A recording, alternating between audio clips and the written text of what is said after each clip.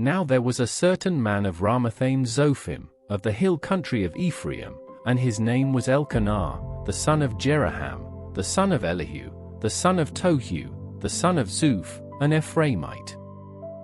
He had 2 wives. The name of one was Hannah, and the name of the other Peninnah. Peninnah had children, but Hannah had no children. This man went up out of his city from year to year to worship and to sacrifice to Yahweh of armies in Shiloh. The 2 sons of Eli, Hophni and Phinehas, priests to Yahweh, were there. When the day came that Elkanah sacrificed, he gave to Peninnah his wife, and to all her sons and her daughters, portions. But to Hannah he gave a double portion, for he loved Hannah, but Yahweh had shut up her womb. Her rival provoked her severely, to irritate her, because Yahweh had shut up her womb. So year by year, when she went up to Yahweh's house, her rival provoked her. Therefore she wept, and didn't eat. Elkanah her husband said to her, "Hannah, why do you weep? Why don't you eat? Why is your heart grieved? Am I not better to you than 10 sons?" So Hannah rose up after they had finished eating and drinking in Shiloh. Now Eli the priest was sitting on his seat by the doorpost of Yahweh's temple. She was in bitterness of soul, and prayed to Yahweh, weeping bitterly. She vowed a vow, and said, "Yahweh of armies, if you will indeed look at the affliction of your servant and remember me, and not forget your servant, but will give to your servant a boy, then I will give him to Yahweh all the days of his life, and no razor shall come on his head." As she continued praying before Yahweh, Eli saw her mouth. Now Hannah spoke in her heart. Only her lips moved, but her voice was not heard. Therefore Eli thought she was drunk. Eli said to her, "How long will you be drunk? Get rid of your wine."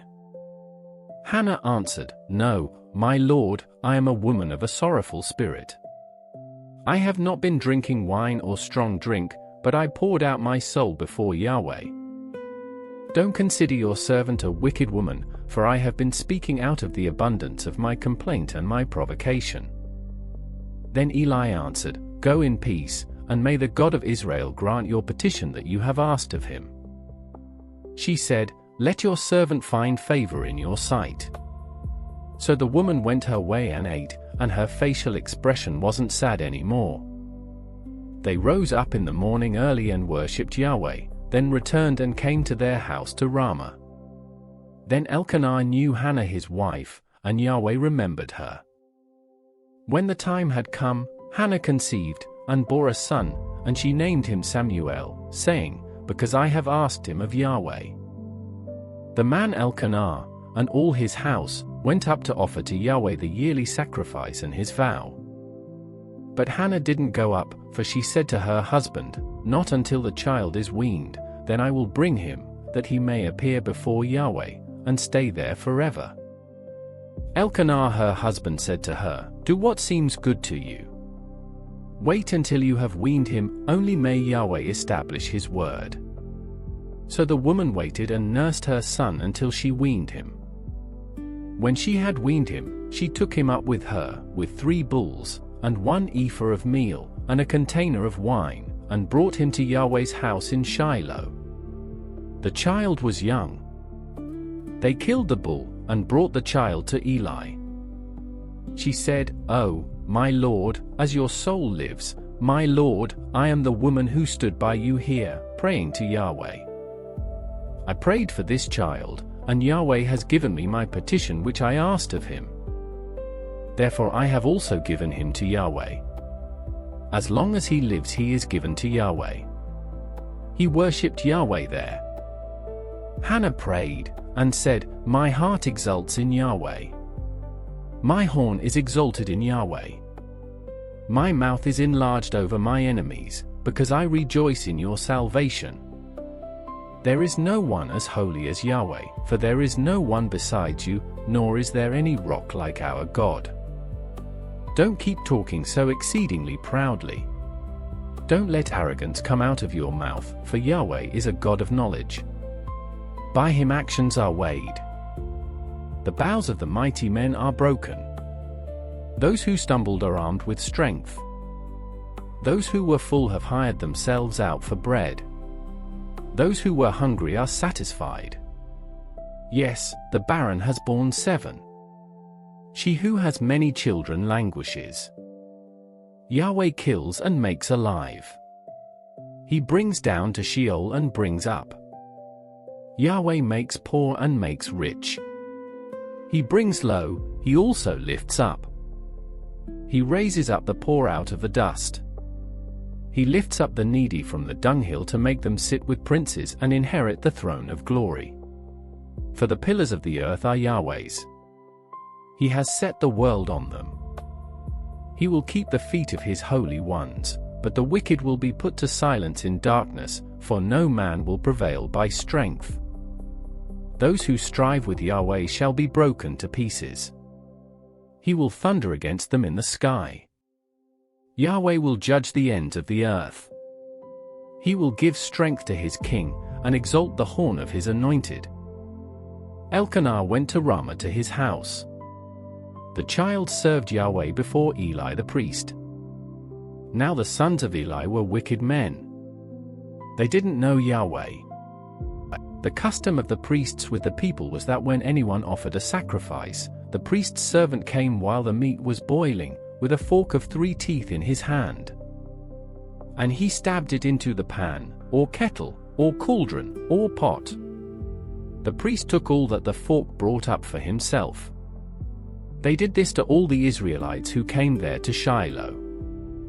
Yes, before they burned the fat, the priest's servant came, and said to the man who sacrificed, "Give meat to roast for the priest, for he will not accept boiled meat from you, but raw." If the man said to him, "Let the fat be burned first, and then take as much as your soul desires," then he would say, "No, but you shall give it to me now, and if not, I will take it by force." The sin of the young men was very great before Yahweh, for the men despised Yahweh's offering. But Samuel ministered before Yahweh, being a child, clothed with a linen ephod. Moreover, his mother made him a little robe, and brought it to him from year to year when she came up with her husband to offer the yearly sacrifice. Eli blessed Elkanah and his wife, and said, "May Yahweh give you offspring from this woman for the petition which was asked of Yahweh." Then they went to their own home. Yahweh visited Hannah, and she conceived and bore 3 sons and 2 daughters. The child Samuel grew before Yahweh. Now Eli was very old, and he heard all that his sons did to all Israel, and how that they slept with the women who served at the door of the tent of meeting. He said to them, "Why do you do such things? For I hear of your evil dealings from all these people." "No, my sons, for it is not a good report that I hear. You make Yahweh's people disobey. If one man sins against another, God will judge him, but if a man sins against Yahweh, who will intercede for him?" Notwithstanding, they didn't listen to the voice of their father, because Yahweh intended to kill them. The child Samuel grew on, and increased in favor both with Yahweh and also with men. A man of God came to Eli and said to him, "Yahweh says, Did I reveal myself to the house of your father when they were in Egypt in bondage to Pharaoh's house? Didn't I choose him out of all the tribes of Israel to be my priest, to go up to my altar, to burn incense, to wear an ephod before me? Didn't I give to the house of your father all the offerings of the children of Israel made by fire? Why do you kick at my sacrifice and at my offering, which I have commanded in my habitation, and honor your sons above me, to make yourselves fat with the best of all the offerings of Israel my people? Therefore Yahweh, the God of Israel, says, I said indeed that your house and the house of your father should walk before me forever. But now Yahweh says, Far be it from me, for those who honor me I will honor, and those who despise me will be cursed. Behold, the days come that I will cut off your arm and the arm of your father's house, that there will not be an old man in your house. You will see the affliction of my habitation, in all the wealth which I will give Israel. "There shall not be an old man in your house forever. The man of yours whom I don't cut off from my altar will consume your eyes and grieve your heart. All the increase of your house will die in the flower of their age. This will be the sign to you that will come on your 2 sons, on Hophni and Phinehas. In one day they will both die. I will raise up a faithful priest for myself who will do according to that which is in my heart and in my mind. I will build him a sure house. He will walk before my anointed forever. It will happen that everyone who is left in your house will come and bow down to him for a piece of silver and a loaf of bread, and will say, 'Please put me into one of the priest's offices, that I may eat a morsel of bread.'" The child Samuel ministered to Yahweh before Eli. Yahweh's word was rare in those days. There were not many visions then. At that time, when Eli was laid down in his place, now his eyes had begun to grow dim, so that he could not see. And God's lamp hadn't yet gone out, and Samuel had laid down in Yahweh's temple where God's ark was. Yahweh called Samuel. He said, "Here I am." He ran to Eli and said, "Here I am, for you called me." He said, "I didn't call. Lie down again." He went and lay down. Yahweh called yet again, "Samuel." Samuel arose and went to Eli and said, "Here I am, for you called me." He answered, "I didn't call, my son. Lie down again." Now Samuel didn't yet know Yahweh, neither was Yahweh's word yet revealed to him. Yahweh called Samuel again the 3rd time. He arose and went to Eli and said, "Here I am, for you called me." Eli perceived that Yahweh had called the child. Therefore Eli said to Samuel, "Go, lie down. It shall be, if he calls you, that you shall say, 'Speak, Yahweh, for your servant hears.'" So Samuel went and lay down in his place. Yahweh came, and stood, and called us at other times, "Samuel, Samuel." Then Samuel said, "Speak, for your servant hears." Yahweh said to Samuel, "Behold, I will do a thing in Israel at which both the ears of everyone who hears it will tingle. In that day I will perform against Eli all that I have spoken concerning his house, from the beginning even to the end.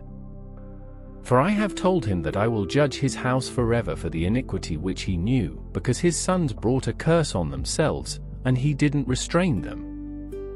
Therefore I have sworn to the house of Eli that the iniquity of Eli's house shall not be removed with sacrifice or offering forever." Samuel lay until the morning, and opened the doors of Yahweh's house. Samuel was afraid to show Eli the vision. Then Eli called Samuel and said, "Samuel, my son." He said, "Here I am." He said, "What is the thing that he has spoken to you? Please don't hide it from me. God do so to you, and more also, if you hide anything from me of all the things that he spoke to you." Samuel told him every bit, and hid nothing from him. He said, "It is Yahweh. Let him do what seems good to him." Samuel grew, and Yahweh was with him and let none of his words fall to the ground. All Israel from Dan even to Beersheba knew that Samuel was established to be a prophet of Yahweh. Yahweh appeared again in Shiloh, for Yahweh revealed himself to Samuel in Shiloh by Yahweh's word. The word of Samuel came to all Israel. Now Israel went out against the Philistines to battle, and encamped beside Ebenezer, and the Philistines encamped in Aphek. The Philistines put themselves in array against Israel. When they joined battle, Israel was defeated by the Philistines, who killed about 4,000 men of the army in the field.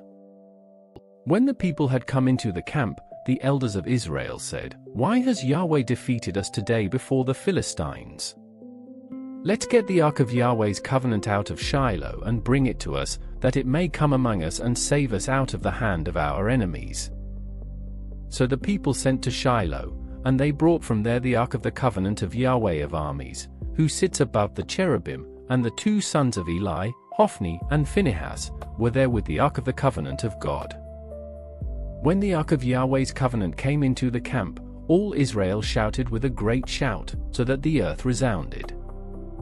When the Philistines heard the noise of the shout, they said, "What does the noise of this great shout in the camp of the Hebrews mean?" They understood that Yahweh's ark had come into the camp. The Philistines were afraid, for they said, "God has come into the camp." They said, "Woe to us! For there has not been such a thing before. Woe to us! Who shall deliver us out of the hand of these mighty gods? These are the gods that struck the Egyptians with all kinds of plagues in the wilderness. Be strong and behave like men, O you Philistines, that you not be servants to the Hebrews, as they have been to you. Strengthen yourselves like men, and fight." The Philistines fought, and Israel was defeated, and each man fled to his tent. There was a very great slaughter, for 30,000 footmen of Israel fell. God's ark was taken, and the 2 sons of Eli, Hophni and Phinehas, were slain. A man of Benjamin ran out of the army and came to Shiloh the same day, with his clothes torn and with dirt on his head. When he came, behold, Eli was sitting on his seat by the road watching, for his heart trembled for God's ark. When the man came into the city and told about it, all the city cried out. When Eli heard the noise of the crying, he said, "What does the noise of this tumult mean?" The man hurried, and came and told Eli. Now Eli was 98 years old. His eyes were set, so that he could not see. The man said to Eli, "I am he who came out of the army, and I fled today out of the army." He said, "How did the matter go, my son?" He who brought the news answered, "Israel has fled before the Philistines, and there has been also a great slaughter among the people. Your 2 sons also, Hophni and Phinehas, are dead, and God's ark has been captured." When he made mention of God's ark, Eli fell from off his seat backward by the side of the gate, and his neck broke, and he died, for he was an old man and heavy. He had judged Israel 40 years. His daughter-in-law, Phinehas' wife, was with child, near to giving birth. When she heard the news that God's ark was taken and that her father-in-law and her husband were dead, she bowed herself and gave birth, for her pains came on her. About the time of her death the women who stood by her said to her, "Don't be afraid, for you have given birth to a son." But she didn't answer, neither did she regard it. She named the child Ichabod, saying, "The glory has departed from Israel, because God's ark was taken, and because of her father-in-law and her husband." She said, "The glory has departed from Israel, for God's ark has been taken." Now the Philistines had taken God's ark, and they brought it from Ebenezer to Ashdod. The Philistines took God's ark, and brought it into the house of Dagon and set it by Dagon.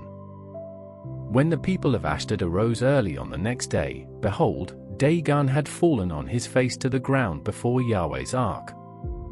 They took Dagon and set him in his place again. When they arose early on the following morning, behold, Dagon had fallen on his face to the ground before Yahweh's ark, and the head of Dagon and both the palms of his hands were cut off on the threshold.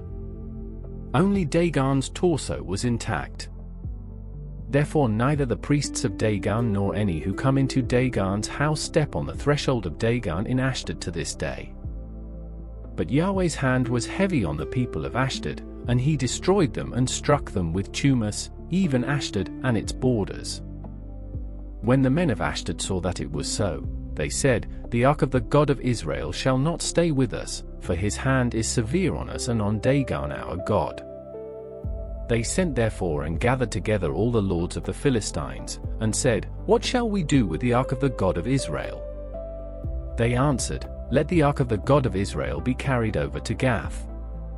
They carried the ark of the God of Israel there. It was so, that after they had carried it there, Yahweh's hand was against the city with a very great confusion, and he struck the men of the city, both small and great, so that tumors broke out on them. So they sent God's ark to Ekron. As God's ark came to Ekron, the Ekronites cried out, saying, "They have brought the ark of the God of Israel here to us, to kill us and our people."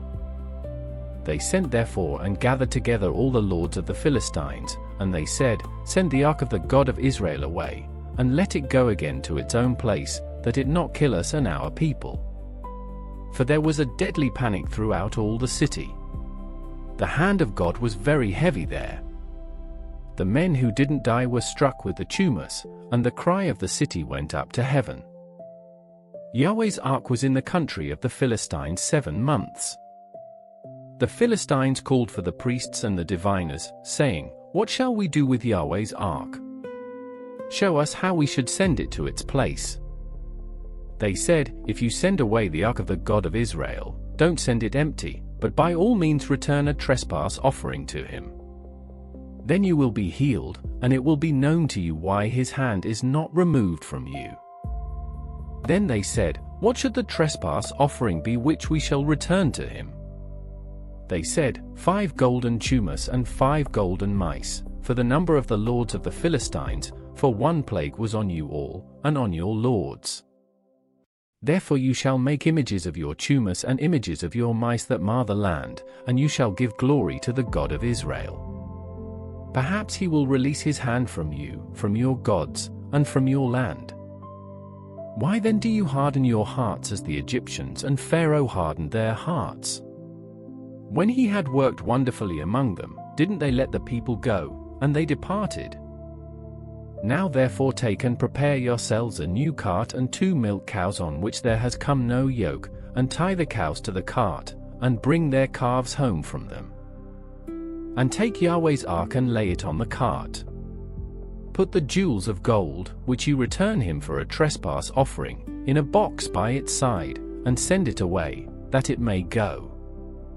Behold, if it goes up by the way of its own border to Beth-Shemesh, then he has done us this great evil, but if not, then we shall know that it is not his hand that struck us.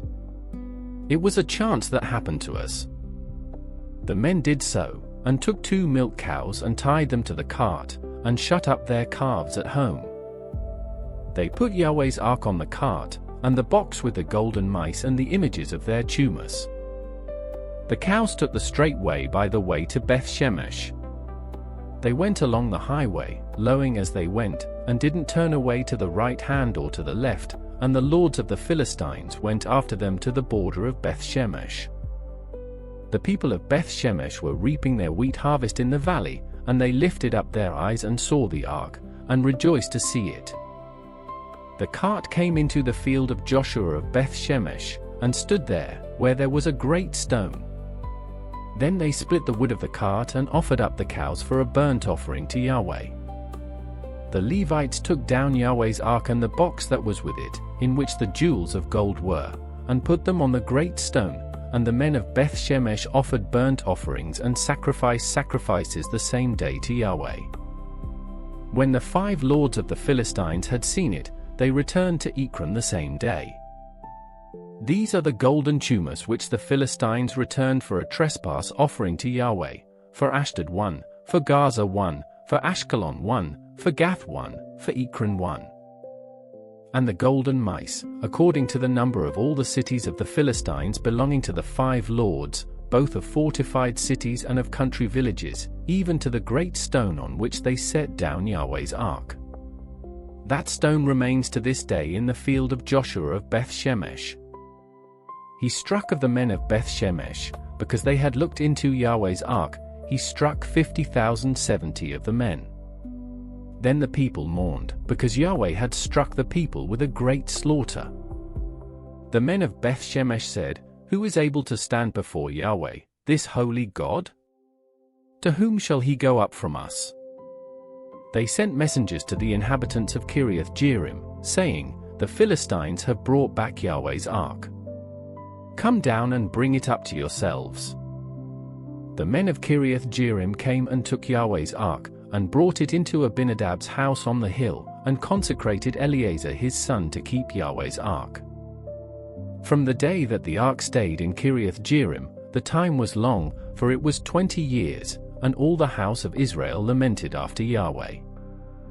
Samuel spoke to all the house of Israel, saying, If you are returning to Yahweh with all your heart, then put away the foreign gods and the Ashtaroth from among you, and direct your hearts to Yahweh, and serve him only, and he will deliver you out of the hand of the Philistines. Then the children of Israel removed the Baals and the Ashtaroth, and served Yahweh only. Samuel said, Gather all Israel to Mizpah, and I will pray to Yahweh for you. They gathered together to Mizpah, and drew water, and poured it out before Yahweh, and fasted on that day, and said there, We have sinned against Yahweh. Samuel judged the children of Israel in Mizpah. When the Philistines heard that the children of Israel were gathered together at Mizpah, the lords of the Philistines went up against Israel. When the children of Israel heard it, they were afraid of the Philistines. The children of Israel said to Samuel, Don't stop crying to Yahweh our God for us, that he will save us out of the hand of the Philistines. Samuel took a suckling lamb, and offered it for a whole burnt offering to Yahweh. Samuel cried to Yahweh for Israel, and Yahweh answered him. As Samuel was offering up the burnt offering, the Philistines came near to battle against Israel, but Yahweh thundered with a great thunder on that day on the Philistines, and confused them, and they were struck down before Israel. The men of Israel went out of Mizpah, and pursued the Philistines, and struck them, until they came under Beth-kar. Then Samuel took a stone, and set it between Mizpah and Shin, and called its name Ebenezer, saying, Yahweh helped us until now. So the Philistines were subdued, and they stopped coming within the border of Israel. Yahweh's hand was against the Philistines all the days of Samuel. The cities which the Philistines had taken from Israel were restored to Israel, from Ekron even to Gath, and Israel recovered its border out of the hand of the Philistines. There was peace between Israel and the Amorites. Samuel judged Israel all the days of his life. He went from year to year in a circuit to Bethel, Gilgal, and Mizpah, and he judged Israel in all those places. His return was to Ramah, for his house was there, and he judged Israel there, and he built an altar to Yahweh there. When Samuel was old, he made his sons judges over Israel. Now the name of his firstborn was Joel, and the name of his second, Abijah. They were judges in Beersheba. His sons didn't walk in his ways, but turned away after dishonest gain, took bribes, and perverted justice. Then all the elders of Israel gathered themselves together and came to Samuel to Ramah. They said to him, Behold, you are old, and your sons don't walk in your ways. Now make us a king to judge us like all the nations. But the thing displeased Samuel, when they said, Give us a king to judge us. Samuel prayed to Yahweh.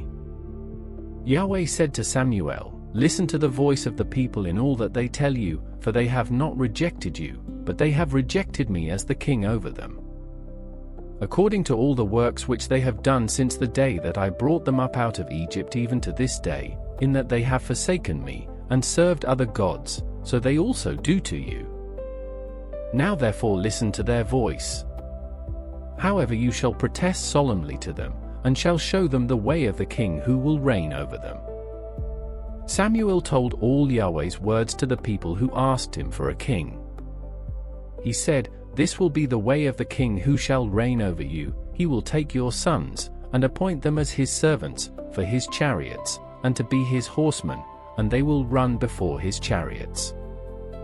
He will appoint them to him for captains of thousands, and captains of 50s, and he will assign some to plow his ground, and to reap his harvest, and to make his instruments of war, and the instruments of his chariots. He will take your daughters to be perfumers, to be cooks, and to be bakers. He will take your fields, your vineyards, and your olive groves, even their best, and give them to his servants. He will take 1/10 of your seed, and of your vineyards, and give it to his officers, and to his servants. He will take your male servants, your female servants, your best young men, and your donkeys, and assign them to his own work. He will take 1/10 of your flocks, and you will be his servants. You will cry out in that day because of your king whom you will have chosen for yourselves, and Yahweh will not answer you in that day. But the people refused to listen to the voice of Samuel, and they said, No, but we will have a king over us, that we also may be like all the nations, and that our king may judge us, and go out before us, and fight our battles. Samuel heard all the words of the people, and he rehearsed them in the ears of Yahweh. Yahweh said to Samuel, Listen to their voice, and make them a king. Samuel said to the men of Israel, Everyone go to your own city. Now there was a man of Benjamin, whose name was Kish, the son of Abiel, the son of Zeror, the son of Bechorath, the son of Aphia, the son of a Benjamite, a mighty man of Valor. He had a son, whose name was Saul, an impressive young man, and there was not among the children of Israel a better person than he. From his shoulders and upward he was taller than any of the people. The donkeys of Kish, Saul's father, were lost. Kish said to Saul his son, Now take one of the servants with you, and arise, go look for the donkeys. He passed through the hill country of Ephraim, and passed through the land of Shali-Shah, but they didn't find them. Then they passed through the land of Shalim, and they weren't there. Then he passed through the land of the Benjamites, but they didn't find them. When they had come to the land of Zuph, Saul said to his servant who was with him, Come, let's return, lest my father stop caring about the donkeys, and be anxious for us. The servant said to him, Behold now, there is a man of God in this city, and he is a man who is held in honor. All that he says surely happens. Now let's go there. Perhaps he can tell us which way to go. Then Saul said to his servant, But behold, if we go, what should we bring the man? For the bread is spent in our sacks, and there is not a present to bring to the man of God. What do we have? The servant answered Saul again, and said, Behold, I have in my hand the 4th part of a shekel of silver. I will give that to the man of God, to tell us our way. In earlier times in Israel, when a man went to inquire of God, he said, Come, let's go to the seer, for he who is now called a prophet was before called a seer. Then Saul said to his servant, Well said. Come, let's go. So they went to the city where the man of God was. As they went up the ascent to the city, they found young maidens going out to draw water, and said to them, Is the seer here? They answered them, and said, He is. Behold, he is before you. Hurry now, for he has come today into the city, for the people have a sacrifice today in the high place. As soon as you have come into the city, you will immediately find him, before he goes up to the high place to eat, for the people will not eat until he comes, because he blesses the sacrifice. Afterwards those who are invited eat. Now therefore go up, for at this time you will find him. They went up to the city. As they came within the city, behold, Samuel came out toward them, to go up to the high place. Now Yahweh had revealed to Samuel a day before Saul came, saying, Tomorrow about this time I will send you a man out of the land of Benjamin, and you shall anoint him to be prince over my people Israel. He will save my people out of the hand of the Philistines, for I have looked upon my people, because their cry has come to me.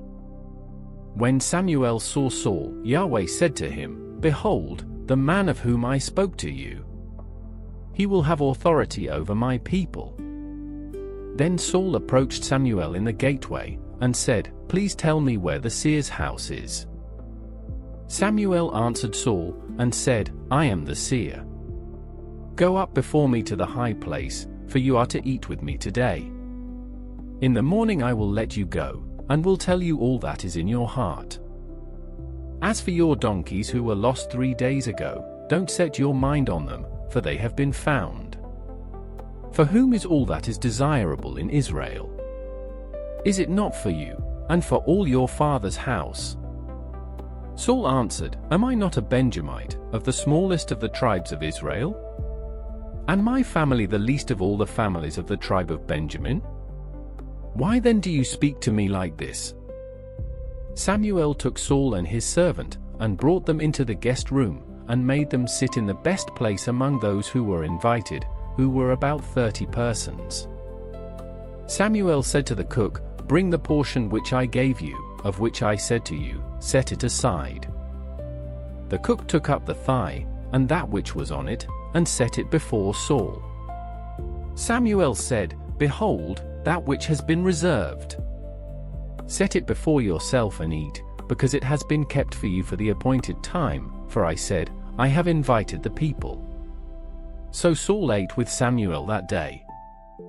When they had come down from the high place into the city, he talked with Saul on the housetop. They arose early, and about daybreak, Samuel called to Saul on the housetop, saying, Get up, that I may send you away. Saul arose, and they both went outside, he and Samuel, together. As they were going down at the end of the city, Samuel said to Saul, Tell the servant to go on ahead of us. He went ahead. Then Samuel said, But stand still first, that I may cause you to hear God's message. Then Samuel took the vial of oil, and poured it on his head, and kissed him, and said, Hasn't Yahweh anointed you to be prince over his inheritance? When you have departed from me today, then you will find 2 men by Rachel's tomb, on the border of Benjamin at Zelzah. They will tell you, The donkeys which you went to look for have been found, and behold, your father has stopped caring about the donkeys, and is anxious for you, saying, What shall I do for my son? Then you will go on forward from there, and you will come to the oak of Tabor. 3 men will meet you there going up to God to Bethel, one carrying 3 young goats, and another carrying 3 loaves of bread, and another carrying a container of wine. They will greet you, and give you 2 loaves of bread, which you shall receive from their hand. After that you will come to the hill of God, where the garrison of the Philistines is, and it will happen, when you have come there to the city, that you will meet a band of prophets coming down from the high place with a lute, a tambourine, a pipe, and a harp before them, and they will be prophesying. Then Yahweh's Spirit will come mightily on you, and you will prophesy with them, and will be turned into another man. Let it be, when these signs have come to you, that you do what is appropriate for the occasion, for God is with you. Go down ahead of me to Gilgal, and behold, I will come down to you, to offer burnt offerings, and to sacrifice sacrifices of peace offerings. Wait 7 days, until I come to you, and show you what you are to do. It was so, that when he had turned his back to go from Samuel, God gave him another heart, and all those signs happened that day. When they came there to the hill, behold, a band of prophets met him, and the Spirit of God came mightily on him, and he prophesied among them. When all who knew him before saw that, behold, he prophesied with the prophets, then the people said to one another, What is this that has come to the son of Kish? Is Saul also among the prophets? One of the same place answered, Who is their father? Therefore it became a proverb, Is Saul also among the prophets? When he had finished prophesying, he came to the high place. Saul's uncle said to him and to his servant, Where did you go? He said, To seek the donkeys. When we saw that they were not found, we came to Samuel. Saul's uncle said, Please tell me what Samuel said to you. Saul said to his uncle, He told us plainly that the donkeys were found. But concerning the matter of the kingdom, of which Samuel spoke, he didn't tell him.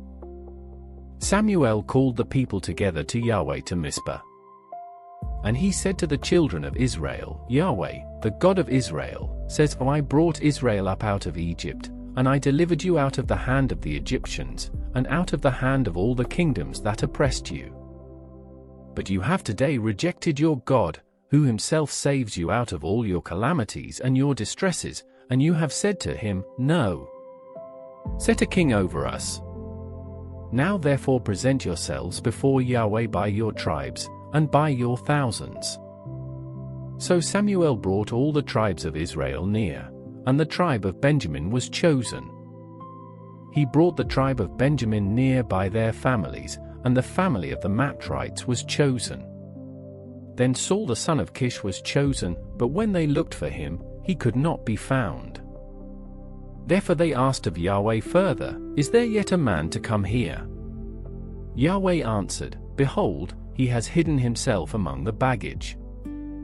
They ran and got him there. When he stood among the people, he was higher than any of the people from his shoulders and upward. Samuel said to all the people, Do you see him whom Yahweh has chosen, that there is no one like him among all the people?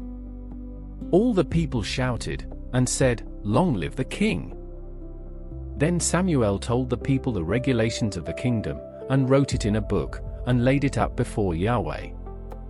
Samuel sent all the people away, every man to his house. Saul also went to his house to Gibeah, and the army went with him, whose hearts God had touched. But certain worthless fellows said, How could this man save us? They despised him, and brought him no present. But he held his peace. Then Nahash the Ammonite came up, and encamped against Jabesh Gilead, and all the men of Jabesh said to Nahash, Make a covenant with us, and we will serve you. Nahash the Ammonite said to them, On this condition I will make it with you, that all your right eyes be gouged out. I will make this Dishonor all Israel. The elders of Jabesh said to him, Give us 7 days, that we may send messengers to all the borders of Israel, and then, if there is no one to save us, we will come out to you. Then the messengers came to Gibeah of Saul, and spoke these words in the ears of the people. Then all the people lifted up their voice, and wept. Behold, Saul came following the oxen out of the field, and Saul said, What ails the people that they weep? They told him the words of the men of Jabesh. God's Spirit came mightily on Saul when he heard those words, and his anger burned hot. He took a yoke of oxen, and cut them in pieces, and sent them throughout all the borders of Israel by the hand of messengers, saying, Whoever doesn't come out after Saul and after Samuel, so shall it be done to his oxen.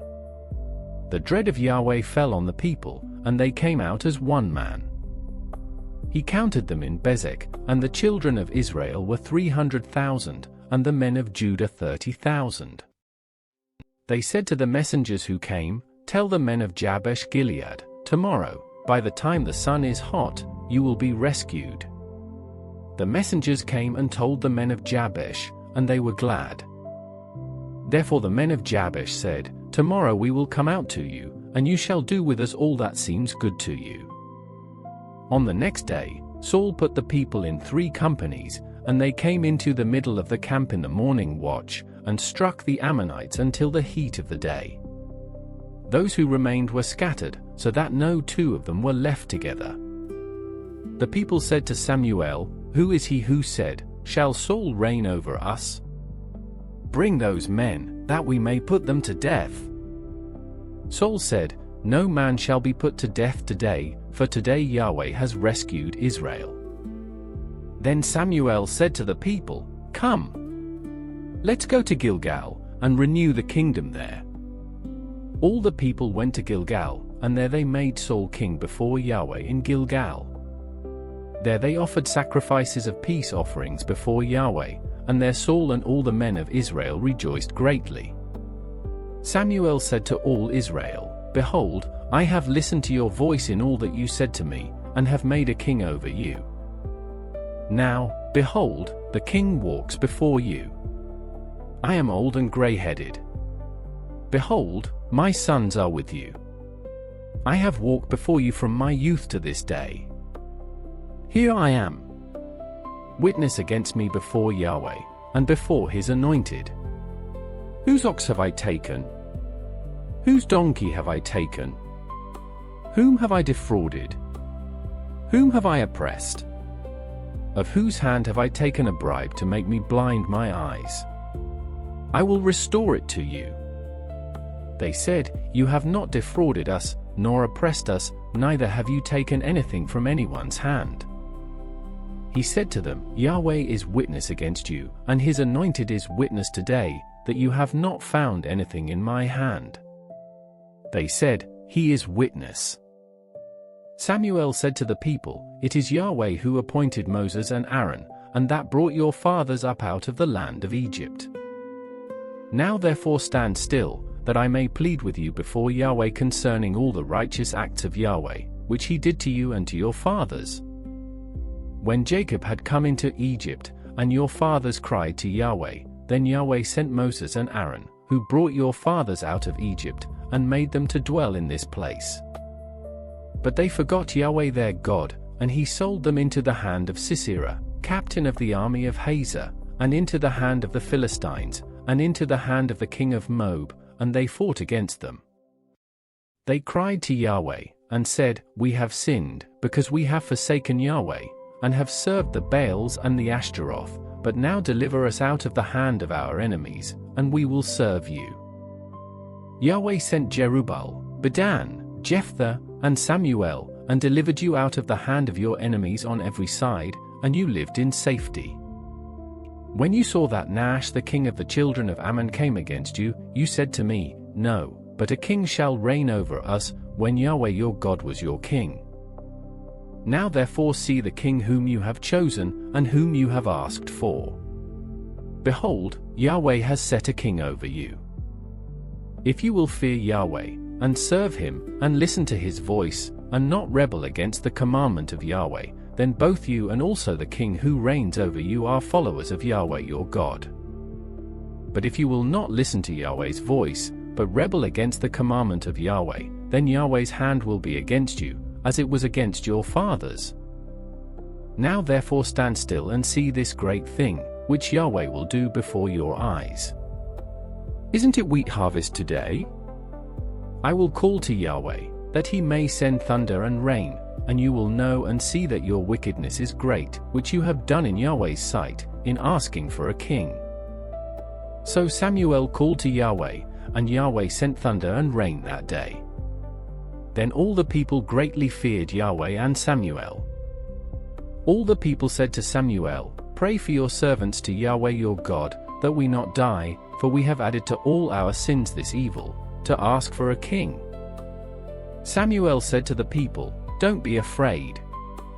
You have indeed done all this evil, yet don't turn away from following Yahweh, but serve Yahweh with all your heart. Don't turn away to go after vain things which can't profit or deliver, for they are vain. For Yahweh will not forsake his people for his great name's sake, because it has pleased Yahweh to make you a people for himself.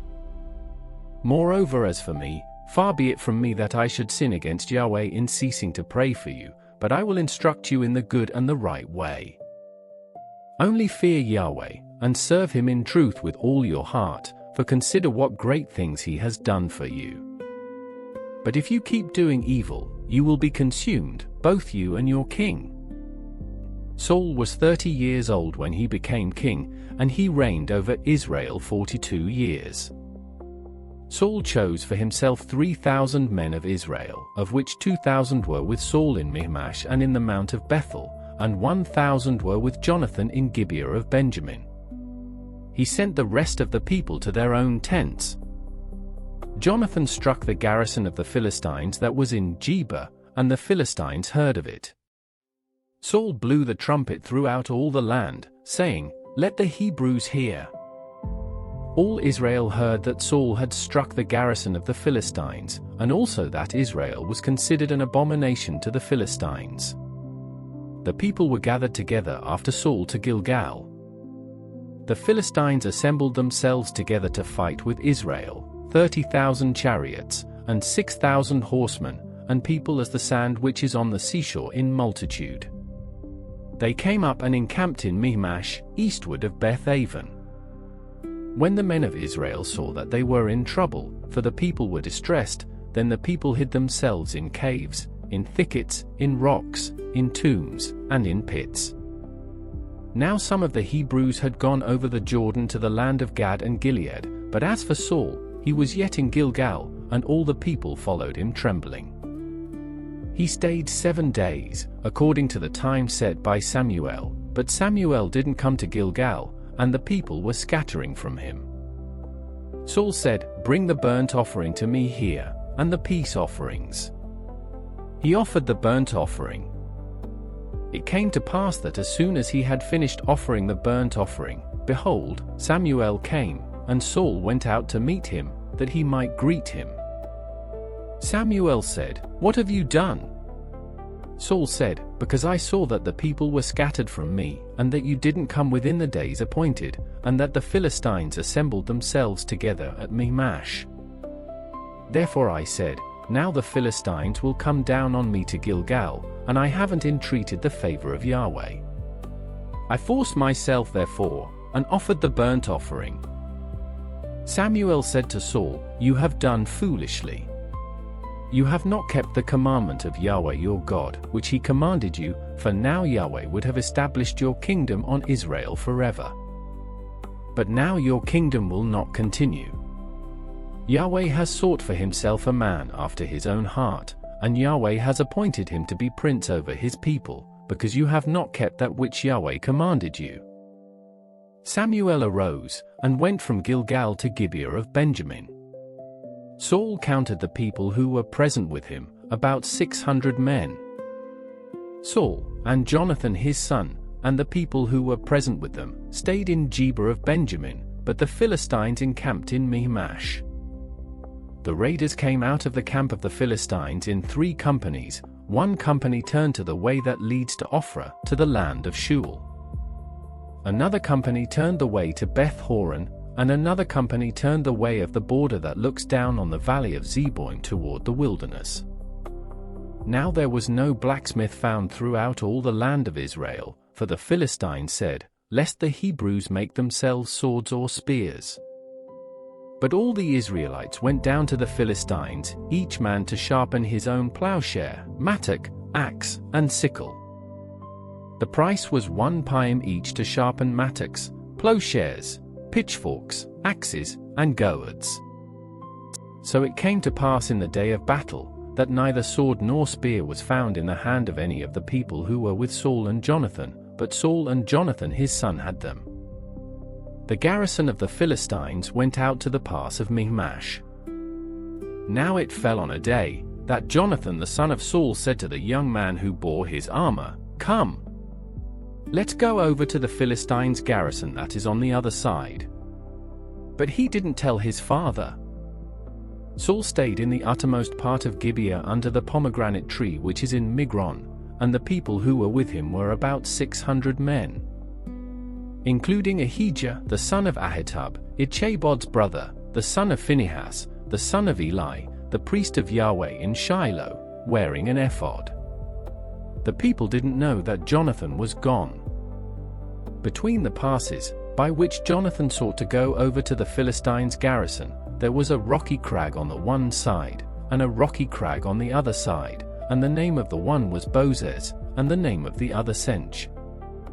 The one crag rose up on the north in front of Michmash, and the other on the south in front of Geba. Jonathan said to the young man who bore his armor, "Come, let's go over to the garrison of these uncircumcised. It may be that Yahweh will work for us, for there is no restraint on Yahweh to save by many or by few." His armor-bearer said to him, "Do all that is in your heart. Turn and, behold, I am with you according to your heart." Then Jonathan said, "Behold, we will pass over to the men, and we will reveal ourselves to them. If they say this to us, 'Wait until we come to you,' then we will stand still in our place, and will not go up to them. But if they say this, 'Come up to us,' then we will go up, for Yahweh has delivered them into our hand. This shall be the sign to us." Both of them revealed themselves to the garrison of the Philistines, and the Philistines said, "Behold, the Hebrews are coming out of the holes where they had hidden themselves." The men of the garrison answered Jonathan and his armor-bearer, and said, "Come up to us, and we will show you something." Jonathan said to his armor-bearer, "Come up after me, for Yahweh has delivered them into the hand of Israel."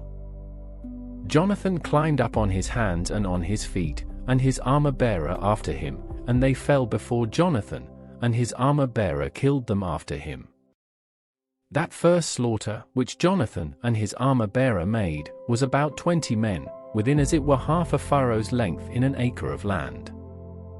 There was a trembling in the camp, in the field, and among all the people, the garrison, and the raiders, also trembled, and the earth quaked, so there was an exceedingly great trembling.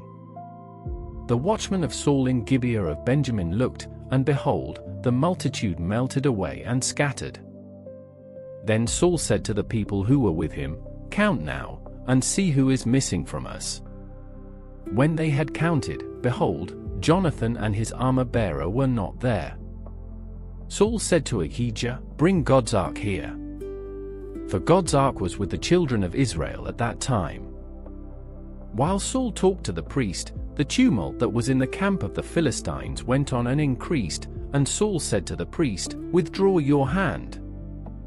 Saul and all the people who were with him were gathered together, and came to the battle, and behold, they were all striking each other with their swords in very great confusion. Now the Hebrews who were with the Philistines before, and who went up with them into the camp, from all around, even they also turned to be with the Israelites who were with Saul and Jonathan. Likewise all the men of Israel who had hidden themselves in the hill country of Ephraim, when they heard that the Philistines fled, even they also followed hard after them in the battle. So Yahweh saved Israel that day, and the battle passed over by Bethaven. The men of Israel were distressed that day, for Saul had adjured the people, saying, "Cursed is the man who eats any food until it is evening, and I am avenged of my enemies." So none of the people tasted food. All the people came into the forest, and there was honey on the ground. When the people had come to the forest, behold, honey was dripping, but no one put his hand to his mouth, for the people feared the oath. But Jonathan didn't hear when his father commanded the people with the oath. Therefore he put out the end of the rod that was in his hand, and dipped it in the honeycomb, and put his hand to his mouth, and his eyes brightened. Then one of the people answered, and said, "Your father directly commanded the people with an oath, saying, 'Cursed is the man who eats food today.'" So the people were faint. Then Jonathan said, "My father has troubled the land. Please look how my eyes have brightened, because I tasted a little of this honey. How much more, if perhaps the people had eaten freely today of the plunder of their enemies which they found? For now there has been no great slaughter among the Philistines. They struck the Philistines that day from Michmash to Aijalon. The people were very faint. And the people pounced on the plunder, and took sheep, cattle, and calves, and killed them on the ground, and the people ate them with the blood. Then they told Saul, saying, "Behold, the people are sinning against Yahweh, in that they eat meat with the blood." He said, "You have dealt treacherously. Roll a large stone to me today." Saul said, "Disperse yourselves among the people, and tell them, every man bring me here his ox, and every man his sheep, and kill them here, and eat, and don't sin against Yahweh in eating meat with the blood." All the people brought every man his ox with him that night, and killed them there. Saul built an altar to Yahweh. This was the first altar that he built to Yahweh. Saul said, "Let's go down after the Philistines by night, and take plunder among them until the morning light, and let's not leave a man of them." They said, "Do whatever seems good to you." Then the priest said, "Let's draw near here to God." Saul asked counsel of God, "Shall I go down after the Philistines? Will you deliver them into the hand of Israel?" But he didn't answer him that day. Saul said, "Draw near here, all you chiefs of the people, and know and see in which this sin has been today. For, as Yahweh lives, who saves Israel, though it is in Jonathan my son, he shall surely die." But there was not a man among all the people who answered him. Then he said to all Israel, "You be on one side, and I and Jonathan my son will be on the other side." The people said to Saul, "Do what seems good to you." Therefore Saul said to Yahweh, the God of Israel, show the right. Jonathan and Saul were chosen, but the people escaped. Saul said, cast lots between me and Jonathan my son. Jonathan was selected. Then Saul said to Jonathan, tell me what you have done. Jonathan told him, and said, I certainly did taste a little honey with the end of the rod that was in my hand, and behold, I must die. Saul said, God do so and more also, for you shall surely die, Jonathan. The people said to Saul, shall Jonathan die, who has worked this great salvation in Israel? Far from it. As Yahweh lives, there shall not one hair of his head fall to the ground, for he has worked with God today. So the people rescued Jonathan, that he didn't die. Then Saul went up from following the Philistines, and the Philistines went to their own place. Now when Saul had taken the kingdom over Israel, he fought against all his enemies on every side, against Moab, and against the children of Ammon, and against Edom, and against the kings of Zobah, and against the Philistines. Wherever he turned himself, he defeated them. He did valiantly, and struck the Amalekites, and delivered Israel out of the hands of those who plundered them. Now the sons of Saul were Jonathan, Ishvi, and Malchishua, and the names of his 2 daughters were these, the name of the firstborn Merab, and the name of the younger Michal. The name of Saul's wife was Ahinoam the daughter of Ahimaaz. The name of the captain of his army was Abner the son of Ner, Saul's uncle. Kish was the father of Saul, and Ner the father of Abner was the son of Abiel. There was severe war against the Philistines all the days of Saul, and when Saul saw any mighty man, or any valiant man, he took him into his service. Samuel said to Saul, Yahweh sent me to anoint you to be king over his people, over Israel. Now therefore listen to the voice of Yahweh's words. Yahweh of armies says, I remember what Amalek did to Israel, how he set himself against him on the way, when he came up out of Egypt. Now go and strike Amalek, and utterly destroy all that they have, and don't spare them, but kill both man and woman, infant and nursing baby, ox and sheep, camel and donkey. Saul summoned the people, and counted them in Telaim, 200,000 footmen, and 10,000 men of Judah. Saul came to the city of Amalek, and set an ambush in the valley. Saul said to the Kenites, Go, depart, go down from among the Amalekites, lest I destroy you with them, for you showed kindness to all the children of Israel, when they came up out of Egypt. So the Kenites departed from among the Amalekites. Saul struck the Amalekites, from Havilah as you go to Shur, that is before Egypt. He took Agag the king of the Amalekites alive, and utterly destroyed all the people with the edge of the sword. But Saul and the people spared Agag, and the best of the sheep, of the cattle, and of the fat calves, and the lambs, and all that was good, and were not willing to utterly destroy them, but everything that was vile and refuse, that they destroyed utterly. Then Yahweh's word came to Samuel, saying, It grieves me that I have set up Saul to be king, for he has turned back from following me, and has not performed my commandments. Samuel was angry, and he cried to Yahweh all night. Samuel rose early to meet Saul in the morning, and Samuel was told, saying, Saul came to Carmel, and behold, he set up a monument for himself, and turned, and passed on, and went down to Gilgal. Samuel came to Saul, and Saul said to him, You are blessed by Yahweh. I have performed the commandment of Yahweh. Samuel said, Then what does this bleating of the sheep in my ears, and the lowing of the cattle which I hear mean?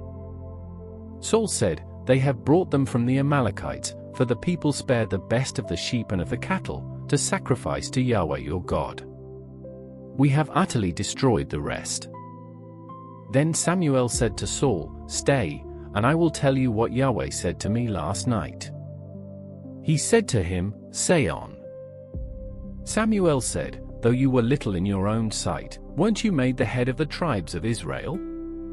Yahweh anointed you king over Israel. And Yahweh sent you on a journey, and said, "Go, and utterly destroy the sinners the Amalekites, and fight against them until they are consumed." Why then didn't you obey Yahweh's voice, but took the plunder, and did that which was evil in Yahweh's sight? Saul said to Samuel, "But I have obeyed Yahweh's voice, and have gone the way which Yahweh sent me, and have brought Agag the king of Amalek, and have utterly destroyed the Amalekites." But the people took of the plunder, sheep and cattle, the chief of the devoted things, to sacrifice to Yahweh your God in Gilgal. Samuel said, "Has Yahweh as great delight in burnt offerings and sacrifices, as in obeying Yahweh's voice? Behold, to obey is better than sacrifice, and to listen than the fat of rams. For rebellion is as the sin of witchcraft, and stubbornness is as idolatry and teraphim. Because you have rejected Yahweh's word, he has also rejected you from being king."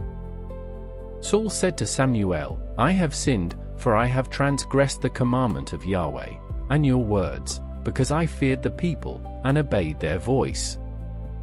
Now therefore, please pardon my sin, and turn again with me, that I may worship Yahweh." Samuel said to Saul, "I will not return with you, for you have rejected Yahweh's word, and Yahweh has rejected you from being king over Israel." As Samuel turned around to go away, Saul grabbed the skirt of his robe, and it tore. Samuel said to him, "Yahweh has torn the kingdom of Israel from you today, and has given it to a neighbor of yours who is better than you. Also the strength of Israel will not lie nor repent, for he is not a man, that he should repent." Then he said, "I have sinned, yet please honor me now before the elders of my people, and before Israel, and come back with me, that I may worship Yahweh your God." So Samuel went back with Saul, and Saul worshipped Yahweh. Then Samuel said, "Bring Agag the king of the Amalekites here to me." Agag came to him cheerfully. Agag said, "Surely the bitterness of death is past." Samuel said, "As your sword has made women childless, so your mother will be childless among women." Then Samuel cut Agag in pieces before Yahweh in Gilgal. Then Samuel went to Ramah, and Saul went up to his house to Gibeah of Saul. Samuel came no more to see Saul until the day of his death, for Samuel mourned for Saul, and Yahweh grieved that he had made Saul king over Israel. Yahweh said to Samuel, "How long will you mourn for Saul, since I have rejected him from being king over Israel? Fill your horn with oil, and go. I will send you to Jesse the Bethlehemite, for I have provided a king for myself among his sons." Samuel said, "How can I go? If Saul hears it, he will kill me." Yahweh said, "Take a heifer with you, and say, I have come to sacrifice to Yahweh. Call Jesse to the sacrifice, and I will show you what you shall do. You shall anoint to me him whom I name to you." Samuel did that which Yahweh spoke, and came to Bethlehem. The elders of the city came to meet him trembling, and said, "Do you come peaceably?" He said, "Peaceably, I have come to sacrifice to Yahweh. Sanctify yourselves, and come with me to the sacrifice." He sanctified Jesse and his sons, and called them to the sacrifice. When they had come, he looked at Eliab, and said, "Surely Yahweh's anointed is before him." But Yahweh said to Samuel, "Don't look on his face, or on the height of his stature, because I have rejected him, for I don't see as man sees.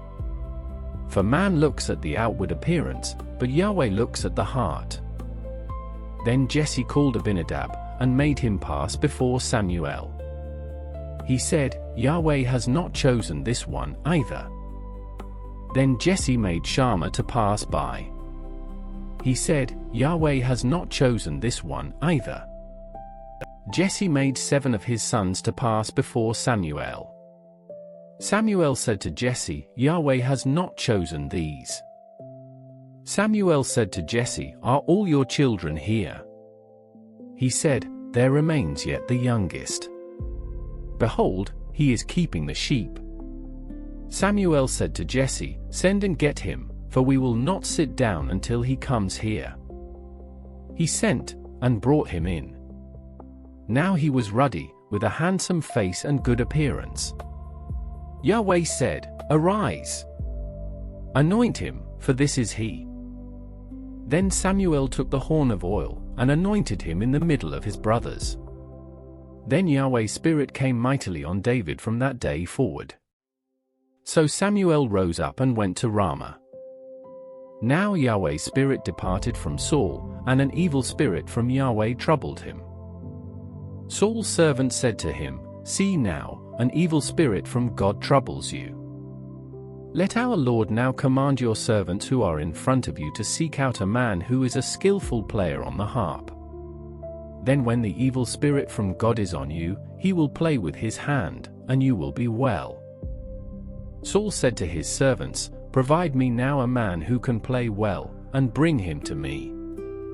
Then one of the young men answered, and said, "Behold, I have seen a son of Jesse the Bethlehemite who is skillful in playing, a mighty man of valor, a man of war, prudent in speech, and a handsome person, and Yahweh is with him." Therefore Saul sent messengers to Jesse, and said, "Send me David your son, who is with the sheep." Jesse took a donkey loaded with bread, and a container of wine, and a young goat, and sent them by David his son to Saul. David came to Saul, and stood before him. He loved him greatly, and he became his armor-bearer. Saul sent to Jesse, saying, "Please let David stand before me, for he has found favor in my sight." When the Spirit from God was on Saul, David took the harp, and played with his hand, so Saul was refreshed, and was well, and the evil spirit departed from him. Now the Philistines gathered together their armies to battle, and they were gathered together at Socoh, which belongs to Judah, and encamped between Socoh and Azekah, in Ephes-dammim. Saul and the men of Israel were gathered together, and encamped in the valley of Elah, and set the battle in array against the Philistines. The Philistines stood on the mountain on the one side, and Israel stood on the mountain on the other side, and there was a valley between them. A champion out of the camp of the Philistines named Goliath, of Gath, whose height was 6 cubits and a span, went out. He had a helmet of bronze on his head, and he wore a coat of mail, and the weight of the coat was 5,000 shekels of bronze. He had bronze shin armor on his legs, and a bronze javelin between his shoulders. The staff of his spear was like a weaver's beam, and his spear's head weighed 600 shekels of iron. His shield-bearer went before him. He stood and cried to the armies of Israel, and said to them, "Why have you come out to set your battle in array? Am I not a Philistine, and you servants to Saul? Choose a man for yourselves, and let him come down to me. If he is able to fight with me and kill me, then will we be your servants, but if I prevail against him and kill him, then you will be our servants and serve us." The Philistine said, "I defy the armies of Israel today. Give me a man, that we may fight together." When Saul and all Israel heard those words of the Philistine, they were dismayed, and greatly afraid. Now David was the son of that Ephrathite of Bethlehem, Judah, whose name was Jesse, and he had 8 sons. The man was an elderly old man in the days of Saul.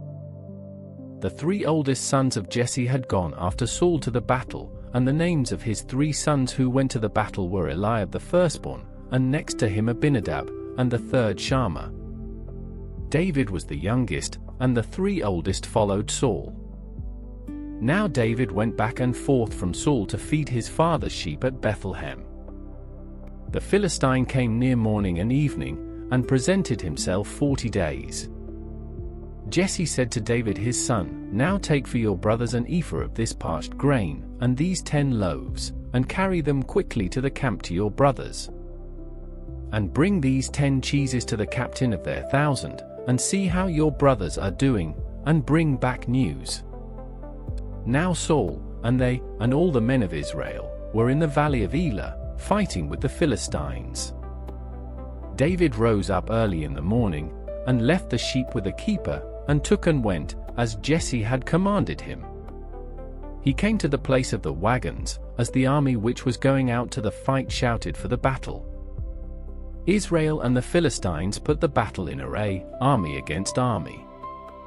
David left his baggage in the hand of the keeper of the baggage, and ran to the army, and came and greeted his brothers. As he talked with them, behold, the champion, the Philistine of Gath, Goliath by name, came up out of the ranks of the Philistines, and said the same words, and David heard them. All the men of Israel, when they saw the man, fled from him, and were terrified. The men of Israel said, "Have you seen this man who has come up? He has surely come up to defy Israel. The king will give great riches to the man who kills him, and will give him his daughter, and make his father's house free in Israel." David spoke to the men who stood by him, saying, "What shall be done to the man who kills this Philistine, and takes away the reproach from Israel? For who is this uncircumcised Philistine, that he should defy the armies of the living God?" The people answered him in this way, saying, "So shall it be done to the man who kills him." Eliab his oldest brother heard when he spoke to the men, and Eliab's anger burned against David, and he said, "Why have you come down? With whom have you left those few sheep in the wilderness? I know your pride, and the naughtiness of your heart, for you have come down that you might see the battle." David said, "What have I now done? Is there not a cause?" He turned away from him toward another, and spoke like that again, and the people answered him again the same way. When the words were heard which David spoke, they rehearsed them before Saul, and he sent for him. David said to Saul, "Let no man's heart fail because of him. Your servant will go and fight with this Philistine." Saul said to David, "You are not able to go against this Philistine to fight with him, for you are but a youth, and he a man of war from his youth." David said to Saul, "Your servant was keeping his father's sheep, and when a lion or a bear came, and took a lamb out of the flock, I went out after him, and struck him, and rescued it out of his mouth. When he arose against me, I caught him by his beard, and struck him, and killed him. Your servant struck both the lion and the bear. This uncircumcised Philistine shall be as one of them, since he has defied the armies of the living God." David said, "Yahweh who delivered me out of the paw of the lion, and out of the paw of the bear, he will deliver me out of the hand of this Philistine." Saul said to David, "Go. Yahweh will be with you." Saul dressed David with his clothing. He put a helmet of bronze on his head, and he clad him with a coat of mail. David strapped his sword on his clothing, and he tried to move, for he had not tested it. David said to Saul, "I can't go with these, for I have not tested them." Then David took them off. He took his staff in his hand, and chose for himself 5 smooth stones out of the brook, and put them in the pouch of his shepherd's bag which he had. His sling was in his hand, and he came near to the Philistine. The Philistine walked and came near to David, and the man who bore the shield went before him. When the Philistine looked around, and saw David, he disdained him, for he was but a youth, and ruddy, and had a good-looking face. The Philistine said to David, "Am I a dog, that you come to me with sticks?" The Philistine cursed David by his gods. The Philistine said to David, "Come to me, and I will give your flesh to the birds of the sky, and to the animals of the field." Then David said to the Philistine, "You come to me with a sword, with a spear, and with a javelin, but I come to you in the name of Yahweh of armies, the God of the armies of Israel, whom you have defied. Today, Yahweh will deliver you into my hand. I will strike you, and take your head from off you. I will give the dead bodies of the army of the Philistines today to the birds of the sky, and to the wild animals of the earth, that all the earth may know that there is a God in Israel. And that all this assembly may know that Yahweh doesn't save with sword and spear, for the battle is Yahweh's, and he will give you into our hand." When the Philistine arose, and walked, and came near to meet David, David hurried, and ran toward the army to meet the Philistine. David put his hand in his bag, took a stone, and slung it, and struck the Philistine in his forehead. The stone sank into his forehead, and he fell on his face to the earth. So David prevailed over the Philistine with a sling and with a stone, and struck the Philistine, and killed him, but there was no sword in the hand of David. Then David ran, stood over the Philistine, took his sword, drew it out of its sheath, killed him, and cut off his head with it. When the Philistines saw that their champion was dead, they fled. The men of Israel and of Judah arose and shouted, and pursued the Philistines as far as Gari and to the gates of Ekron. The wounded of the Philistines fell down by the way to Shaaraim, even to Gath and to Ekron. The children of Israel returned from chasing after the Philistines, and they plundered their camp. David took the head of the Philistine, and brought it to Jerusalem, but he put his armor in his tent. When Saul saw David go out against the Philistine, he said to Abner, the captain of the army, "Abner, whose son is this youth?" Abner said, "As your soul lives, O king, I can't tell." The king said, "Inquire whose son the young man is." As David returned from the slaughter of the Philistine, Abner took him and brought him before Saul with the head of the Philistine in his hand. Saul said to him, "Whose son are you, you young man?" David answered, "I am the son of your servant Jesse the Bethlehemite." When he had finished speaking to Saul, the soul of Jonathan was knit with the soul of David, and Jonathan loved him as his own soul. Saul took him that day, and wouldn't let him go home to his father's house any more. Then Jonathan and David made a covenant, because he loved him as his own soul.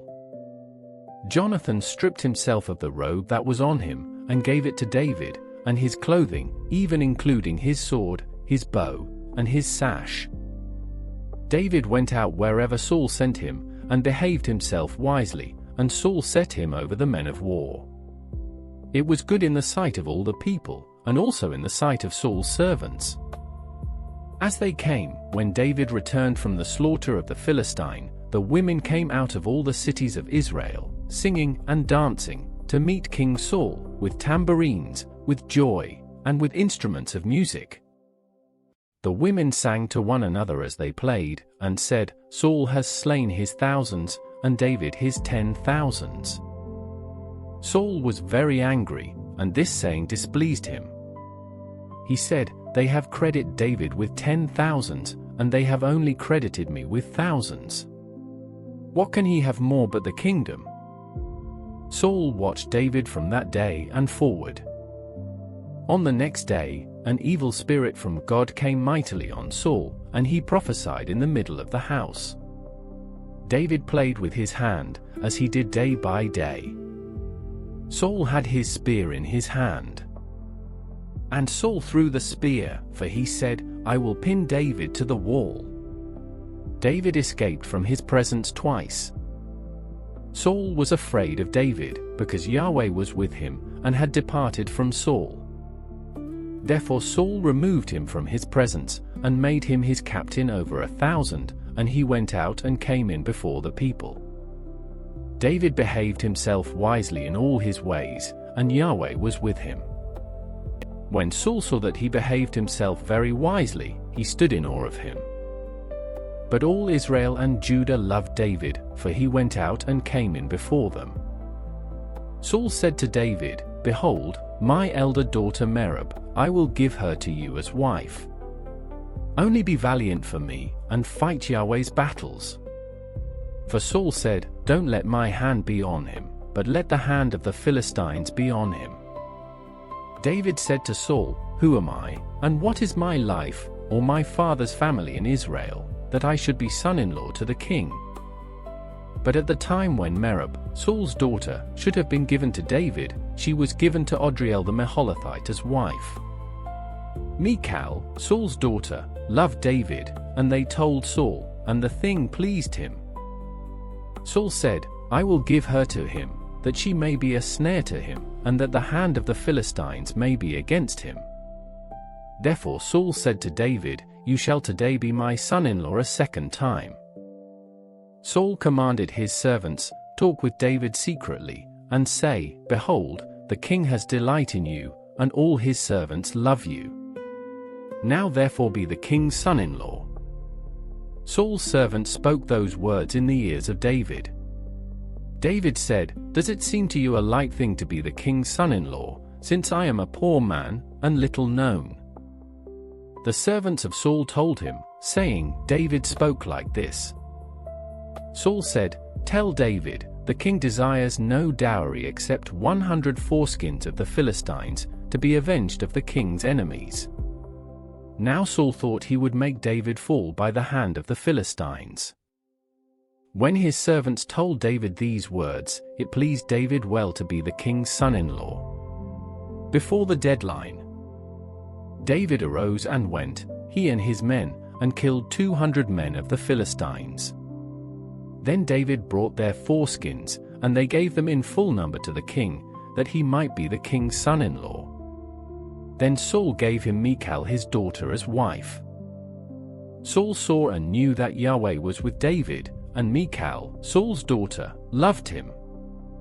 Saul was even more afraid of David, and Saul was David's enemy continually. Then the princes of the Philistines went out, and as often as they went out, David behaved himself more wisely than all the servants of Saul, so that his name was highly esteemed. Saul spoke to Jonathan his son, and to all his servants, that they should kill David. But Jonathan, Saul's son, greatly delighted in David. Jonathan told David, saying, "Saul my father seeks to kill you. Now therefore, please take care of yourself in the morning, and live in a secret place, and hide yourself. I will go out and stand beside my father in the field where you are, and I will talk with my father about you, and if I see anything, I will tell you." Jonathan spoke good of David to Saul his father, and said to him, "Don't let the king sin against his servant, against David, because he has not sinned against you, and because his works have been very good toward you. For he put his life in his hand, and struck the Philistine, and Yahweh worked a great victory for all Israel. You saw it, and rejoiced. Why then will you sin against innocent blood, to kill David without a cause?" Saul listened to the voice of Jonathan, and Saul swore, "As Yahweh lives, he shall not be put to death." Jonathan called David, and Jonathan showed him all those things.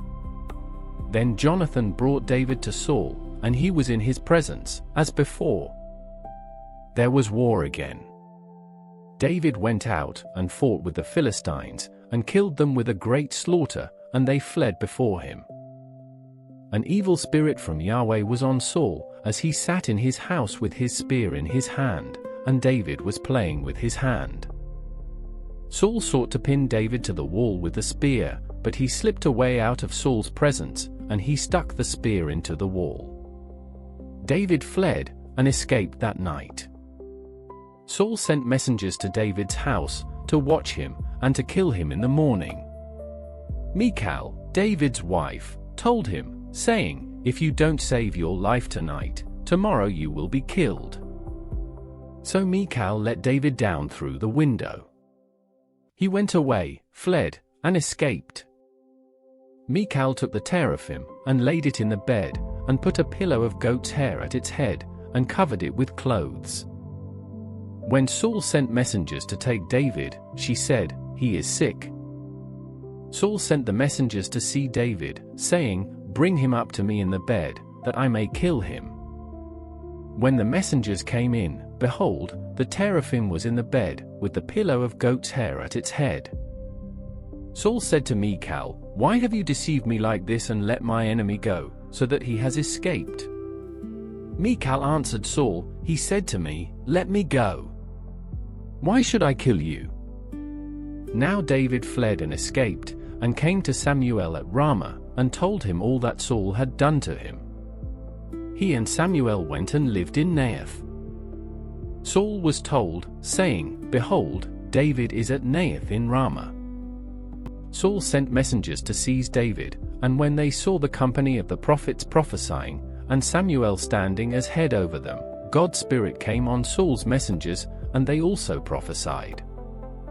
When Saul was told, he sent other messengers, and they also prophesied. Saul sent messengers again the third time, and they also prophesied.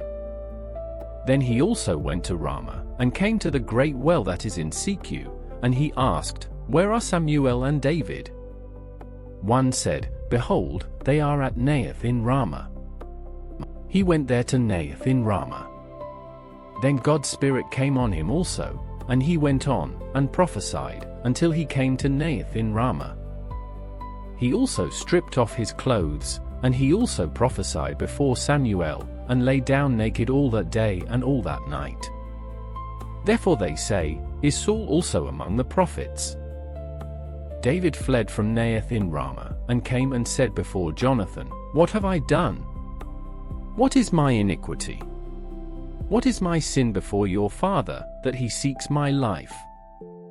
He said to him, "Far from it, you will not die. Behold, my father does nothing either great or small, but that he discloses it to me. Why would my father hide this thing from me? It is not so." David swore moreover, and said, "Your father knows well that I have found favor in your eyes," and he says, "Don't let Jonathan know this, lest he be grieved, but truly as Yahweh lives, and as your soul lives, there is but a step between me and death." Then Jonathan said to David, "Whatever your soul desires, I will even do it for you." David said to Jonathan, "Behold, tomorrow is the new moon, and I should not fail to dine with the king, but let me go, that I may hide myself in the field to the third day at evening. If your father misses me at all, then say, David earnestly asked leave of me that he might run to Bethlehem his city, for it is the yearly sacrifice there for all the family. If he says, It is well, your servant shall have peace, but if he is angry, then know that evil is determined by him. Therefore deal kindly with your servant, for you have brought your servant into a covenant of Yahweh with you. But if there is iniquity in me, kill me yourself, for why should you bring me to your father?" Jonathan said, "Far be it from you, for if I should at all know that evil were determined by my father to come on you, then wouldn't I tell you that?" Then David said to Jonathan, "Who will tell me if your father answers you roughly?" Jonathan said to David, "Come. Let's go out into the field." They both went out into the field. Jonathan said to David, "By Yahweh, the God of Israel, when I have sounded my father about this time tomorrow, or the third day, behold, if there is good toward David, won't I then send to you, and disclose it to you? Yahweh do so to Jonathan, and more also, should it please my father to do you evil, if I don't disclose it to you, and send you away, that you may go in peace. May Yahweh be with you, as he has been with my father. You shall not only show me the loving kindness of Yahweh while I still live, that I not die, but you shall also not cut off your kindness from my house forever, no, not when Yahweh has cut off every one of the enemies of David from the surface of the earth." So Jonathan made a covenant with David's house, saying, "Yahweh will require it at the hand of David's enemies." Jonathan caused David to swear again, for the love that he had to him, for he loved him as he loved his own soul.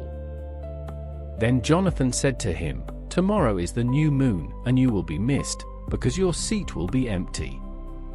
When you have stayed 3 days, go down quickly, and come to the place where you hid yourself when this started, and remain by the stone Ezel. I will shoot 3 arrows on its side, as though I shot at a mark. Behold, I will send the boy, saying, Go, find the arrows. If I tell the boy, Behold, the arrows are on this side of you.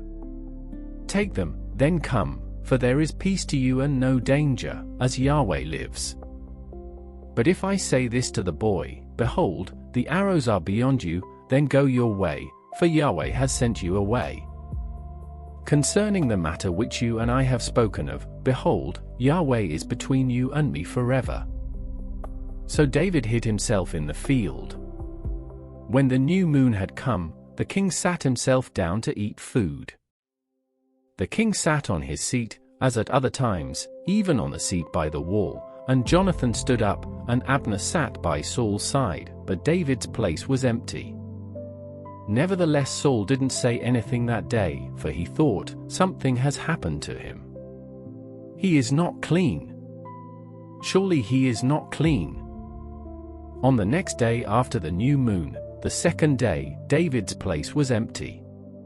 Saul said to Jonathan his son, "Why doesn't the son of Jesse come to eat, either yesterday or today?" Jonathan answered Saul, "David earnestly asked permission of me to go to Bethlehem. He said, 'Please let me go, for our family has a sacrifice in the city. My brother has commanded me to be there. Now, if I have found favor in your eyes, please let me go away and see my brothers.' Therefore he has not come to the king's table." Then Saul's anger burned against Jonathan, and he said to him, "You son of a perverse, rebellious woman, don't I know that you have chosen the son of Jesse to your own shame, and to the shame of your mother's nakedness? For as long as the son of Jesse lives on the earth, you will not be established, nor will your kingdom. Therefore now send and bring him to me, for he shall surely die." Jonathan answered Saul his father, and said to him, "Why should he be put to death? What has he done?" Saul cast his spear at him to strike him. By this Jonathan knew that his father was determined to put David to death. So Jonathan arose from the table in fierce anger, and ate no food the second day of the month, for he was grieved for David, because his father had treated him shamefully. In the morning, Jonathan went out into the field at the time appointed with David, and a little boy with him. He said to his boy, "Run, find now the arrows which I shoot." As the boy ran, he shot an arrow beyond him. When the boy had come to the place of the arrow which Jonathan had shot, Jonathan cried after the boy, and said, "Isn't the arrow beyond you?" Jonathan cried after the boy, "Go fast. Hurry. Don't delay." Jonathan's boy gathered up the arrows, and came to his master. But the boy didn't know anything. Only Jonathan and David knew the matter. Jonathan gave his weapons to his boy, and said to him, "Go, carry them to the city." As soon as the boy was gone, David arose out of the south, and fell on his face to the ground, and bowed himself 3 times. They kissed one another, and wept one with another, and David wept the most. Jonathan said to David, "Go in peace, because we have both sworn in Yahweh's name, saying, 'Yahweh is between me and you, and between my offspring and your offspring, forever.'" He arose and departed, and Jonathan went into the city. Then David came to Nob to Ahimelech the priest. Ahimelech came to meet David trembling, and said to him, "Why are you alone, and no man with you?" David said to Ahimelech the priest, "The king has commanded me to do something, and has said to me, 'Let no one know anything about the business about which I send you, and what I have commanded you.' I have sent the young men to a certain place. Now therefore, what is under your hand? Please give me 5 loaves of bread in my hand, or whatever is available." The priest answered David, and said, "I have no common bread, but there is holy bread, if only the young men have kept themselves from women." David answered the priest, and said to him, "Truly, women have been kept from us as usual these 3 days. When I came out, the vessels of the young men were holy, though it was only a common journey. How much more then today shall their vessels be holy?" So the priest gave him holy bread, for there was no bread there but the showbread that was taken from before Yahweh, to put hot bread in the day when it was taken away. Now a certain man of the servants of Saul was there that day, detained before Yahweh, and his name was Doeg the Edomite, the best of the herdsmen who belonged to Saul. David said to Ahimelech, "Isn't there here under your hand spear or sword? For I have neither brought my sword nor my weapons with me, because the king's business required haste." The priest said, "Behold, the sword of Goliath the Philistine, whom you killed in the valley of Elah, is here wrapped in a cloth behind the ephod. If you would like to take that, take it, for there is no other except that here." David said, "There is none like that. Give it to me." David arose, and fled that day for fear of Saul, and went to Achish the king of Gath. The servants of Achish said to him, "Isn't this David the king of the land? Didn't they sing to one another about him in dances, saying, 'Saul has slain his thousands, and David his 10,000s?'" David laid up these words in his heart, and was very afraid of Achish the king of Gath.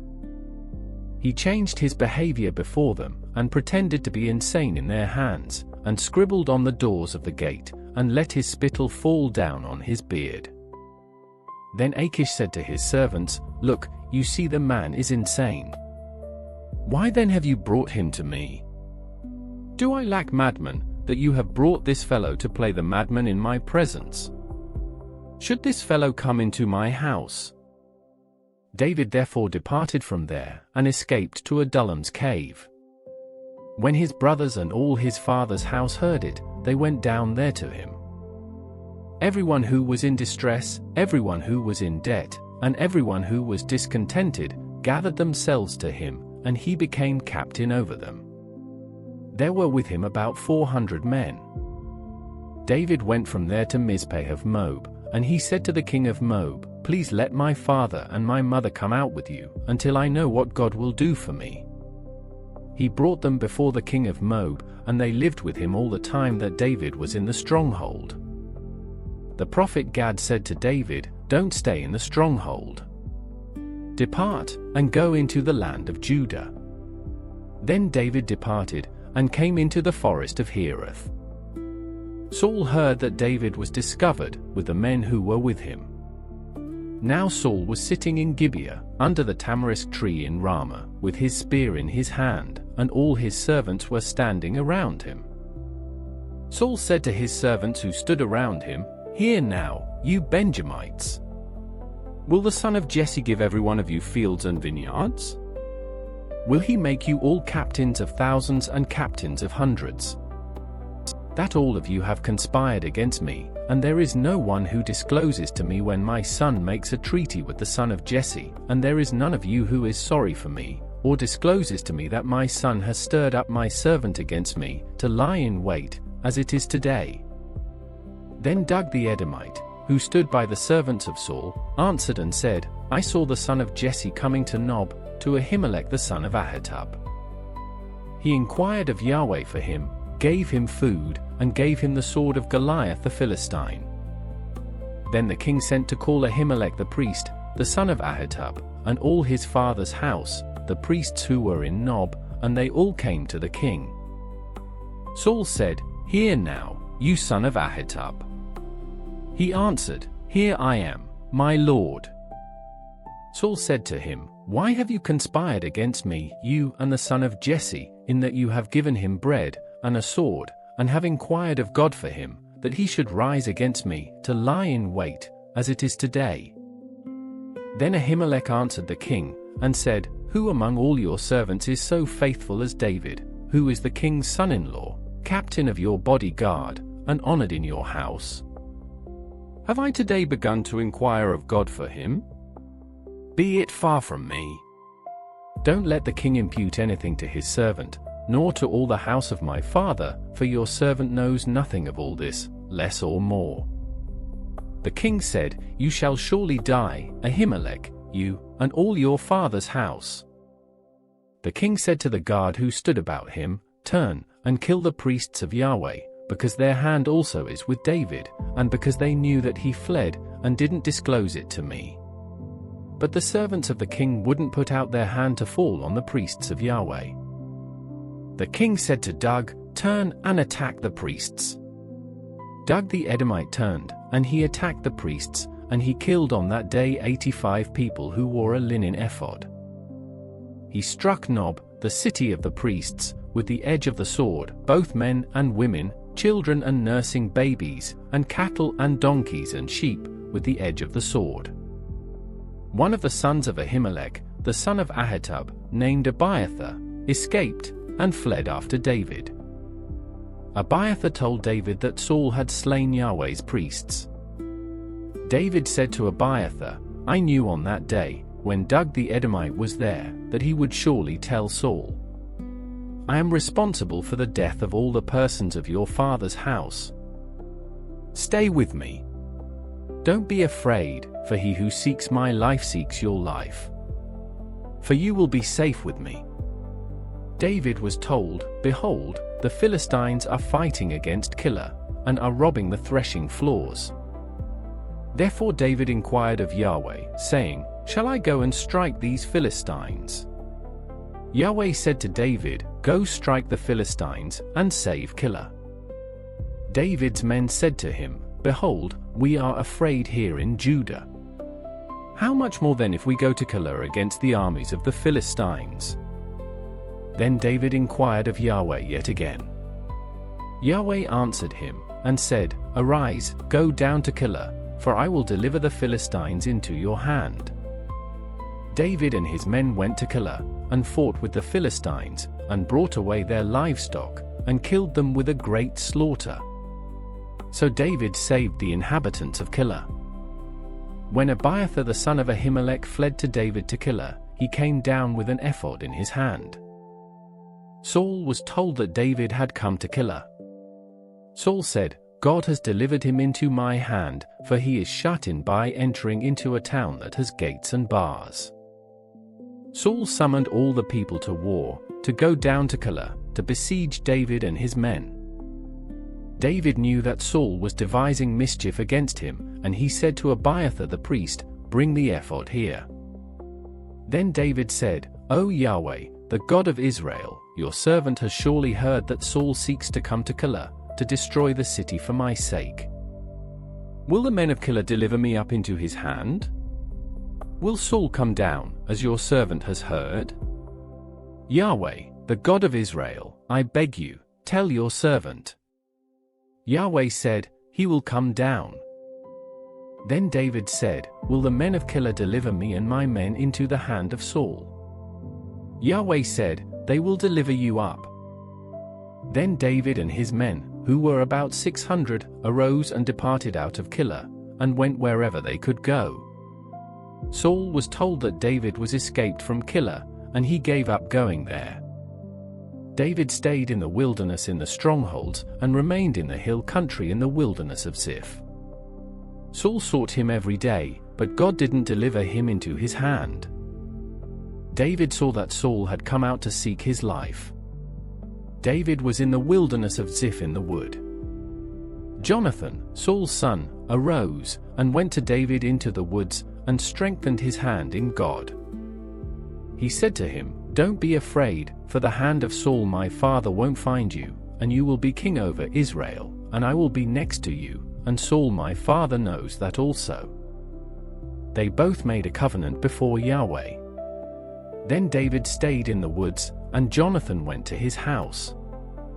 Then the Ziphites came up to Saul to Gibeah, saying, "Doesn't David hide himself with us in the strongholds in the woods, in the hill of Hachilah, which is on the south of the desert? Now therefore, O king, come down, according to all the desire of your soul to come down, and our part will be to deliver him up into the king's hand." Saul said, "You are blessed by Yahweh, for you have had compassion on me. Please go make yet more sure, and know and see his place where his haunt is, and who has seen him there, for I have been told that he is very cunning. See therefore, and take knowledge of all the lurking places where he hides himself, and come again to me with certainty, and I will go with you. It shall happen, if he is in the land, that I will search him out among all the thousands of Judah." They arose, and went to Ziph before Saul, but David and his men were in the wilderness of Maon, in the Arabah on the south of the desert. Saul and his men went to seek him. When David was told, he went down to the rock, and stayed in the wilderness of Maon. When Saul heard that, he pursued David in the wilderness of Maon. Saul went on this side of the mountain, and David and his men on that side of the mountain, and David hurried to get away for fear of Saul, for Saul and his men surrounded David and his men to take them.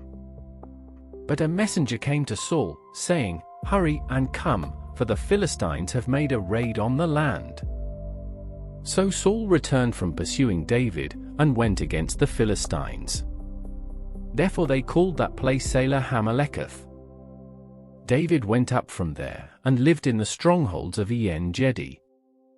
When Saul had returned from following the Philistines, he was told, "Behold, David is in the wilderness of En-Gedi." Then Saul took 3,000 chosen men out of all Israel, and went to seek David and his men on the rocks of the wild goats. He came to the sheep pens by the way, where there was a cave, and Saul went in to relieve himself. Now David and his men were staying in the innermost parts of the cave. David's men said to him, "Behold, the day of which Yahweh said to you, Behold, I will deliver your enemy into your hand, and you shall do to him as it shall seem good to you." Then David arose, and cut off the skirt of Saul's robe secretly. Afterward, David's heart struck him, because he had cut off Saul's skirt. He said to his men, "Yahweh forbid that I should do this thing to my Lord, Yahweh's anointed, to stretch out my hand against him, since he is Yahweh's anointed." So David checked his men with these words, and didn't allow them to rise against Saul. Saul rose up out of the cave, and went on his way. David also arose afterward, and went out of the cave, and cried after Saul, saying, "My lord the king." When Saul looked behind him, David bowed with his face to the earth, and showed respect. David said to Saul, "Why do you listen to men's words, saying, Behold, David seeks to harm you? Behold, today your eyes have seen how Yahweh had delivered you today into my hand in the cave. Some urged me to kill you, but I spared you, and I said, I will not stretch out my hand against my Lord, for he is Yahweh's anointed. Moreover, my father, behold, yes, see the skirt of your robe in my hand, for in that I cut off the skirt of your robe, and didn't kill you, no, and see that there is neither evil nor disobedience in my hand, and I have not sinned against you, though you hunt for my life to take it. May Yahweh judge between me and you, and may Yahweh avenge me of you, but my hand will not be on you. As the proverb of the ancient says, out of the wicked comes wickedness, but my hand will not be on you. Against whom has the king of Israel come out? Whom do you pursue? A dead dog? A flea? May Yahweh therefore be judge, and give sentence between me and you, and see, and plead my cause, and deliver me out of your hand. It came to pass, when David had finished speaking these words to Saul, that Saul said, Is that your voice, my son David? Saul lifted up his voice, and wept. He said to David, You are more righteous than I, for you have done good to me, whereas I have done evil to you. You have declared today how you have dealt well with me, because when Yahweh had delivered me up into your hand, you didn't kill me. For if a man finds his enemy, will he let him go away unharmed? Therefore may Yahweh reward you good for that which you have done to me today. Now, behold, I know that you will surely be king, and that the kingdom of Israel will be established in your hand. Swear now therefore to me by Yahweh, that you will not cut off my offspring after me, and that you will not destroy my name out of my father's house. David swore to Saul. Saul went home, but David and his men went up to the stronghold. Samuel died, and all Israel gathered themselves together, and mourned for him, and buried him at his house at Ramah. Then David arose, and went down to the wilderness of Paran. There was a man in Maon, whose possessions were in Carmel, and the man was very great. He had 3,000 sheep and 1,000 goats, and he was shearing his sheep in Carmel. Now the name of the man was Nabal, and the name of his wife Abigail. This woman was intelligent and had a beautiful face, but the man was surly and evil in his doings. He was of the house of Caleb. David heard in the wilderness that Nabal was shearing his sheep. David sent 10 young men, and David said to the young men, Go up to Carmel, and go to Nabal, and greet him in my name. Tell him, Long life to you. Peace be to you. Peace be to your house. Peace be to all that you have. Now I have heard that you have shearers. Your shepherds have now been with us, and we didn't harm them. Nothing was missing from them all the time they were in Carmel. Ask your young men, and they will tell you. Therefore let the young men find favor in your eyes, for we come on a good day. Please give whatever comes to your hand, to your servants, and to your son David." When David's young men came, they spoke to Nabal all those words in the name of David, and waited. Nabal answered David's servants, and said, "Who is David? Who is the son of Jesse? There are many servants who break away from their masters these days.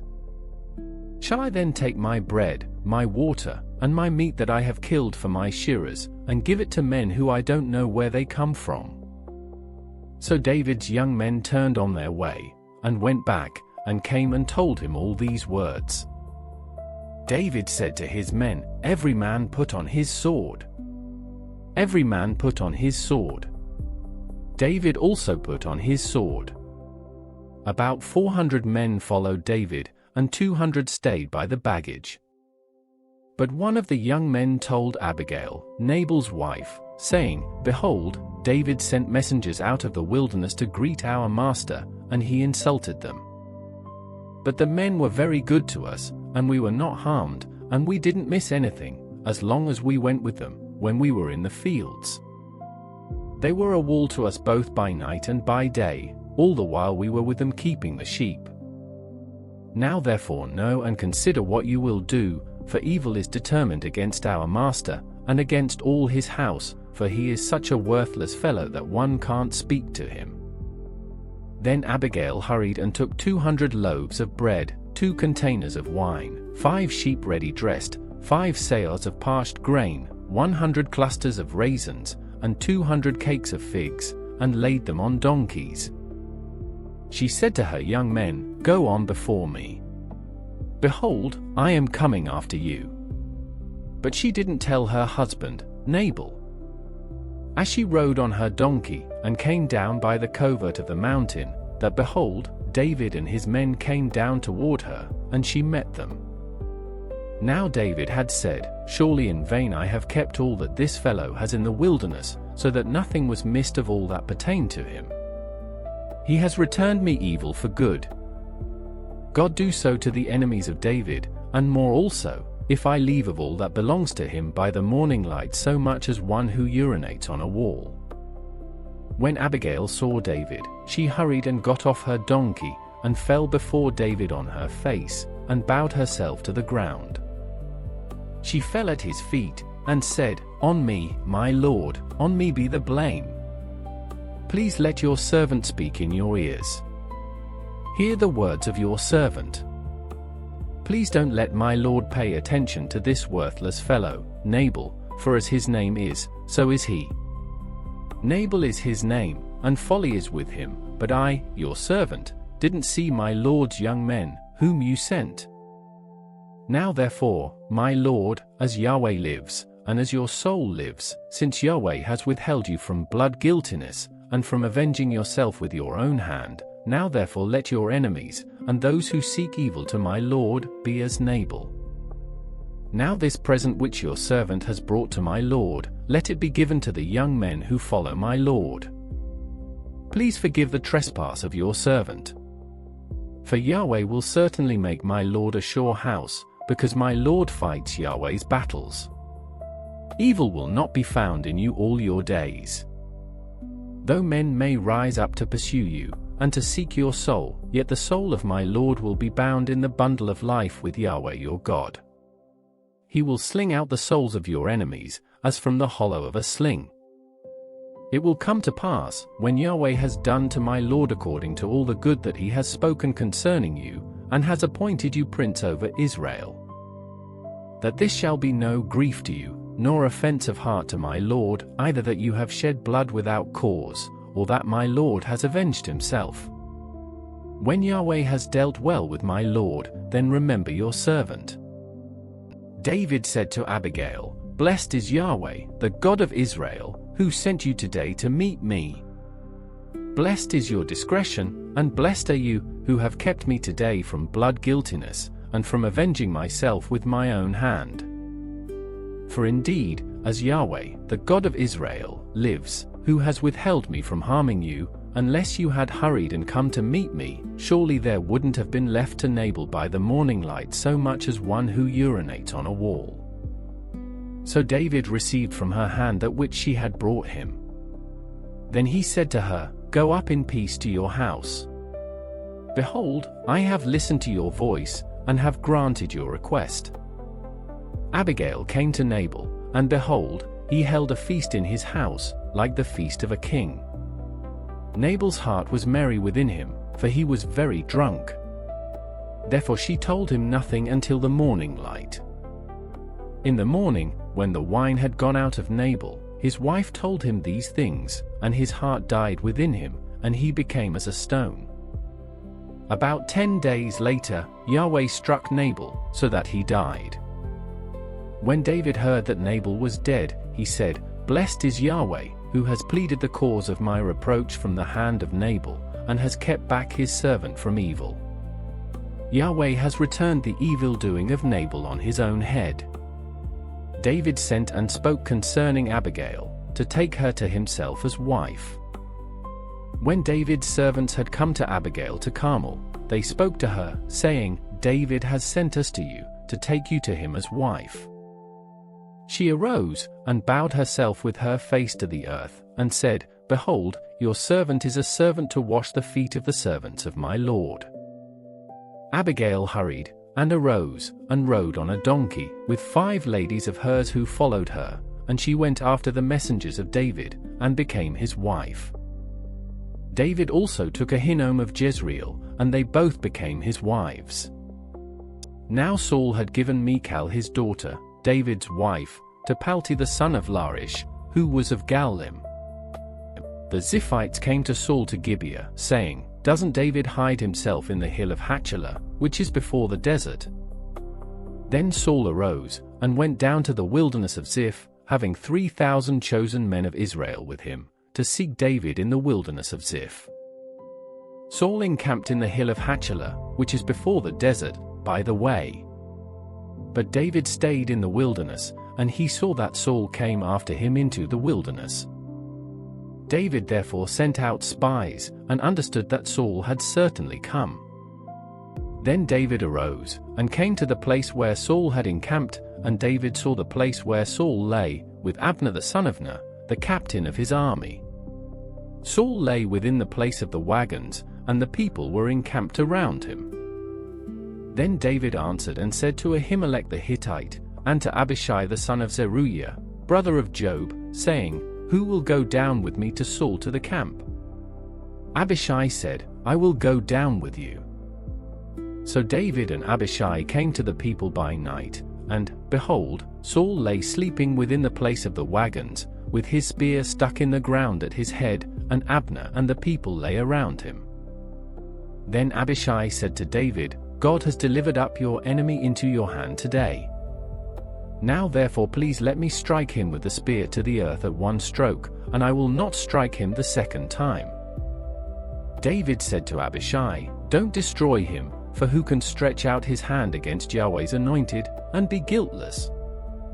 David said, "As Yahweh lives, Yahweh will strike him, or his day shall come to die, or he shall go down into battle and perish. Yahweh forbid that I should stretch out my hand against Yahweh's anointed, but now please take the spear that is at his head, and the jar of water, and let's go." So David took the spear and the jar of water from Saul's head, and they went away, and no man saw it, or knew it, nor did any awake, for they were all asleep, because a deep sleep from Yahweh had fallen on them. Then David went over to the other side, and stood on the top of the mountain afar off, a great space being between them. And David cried to the people, and to Abner the son of Ner, saying, "Don't you answer, Abner?"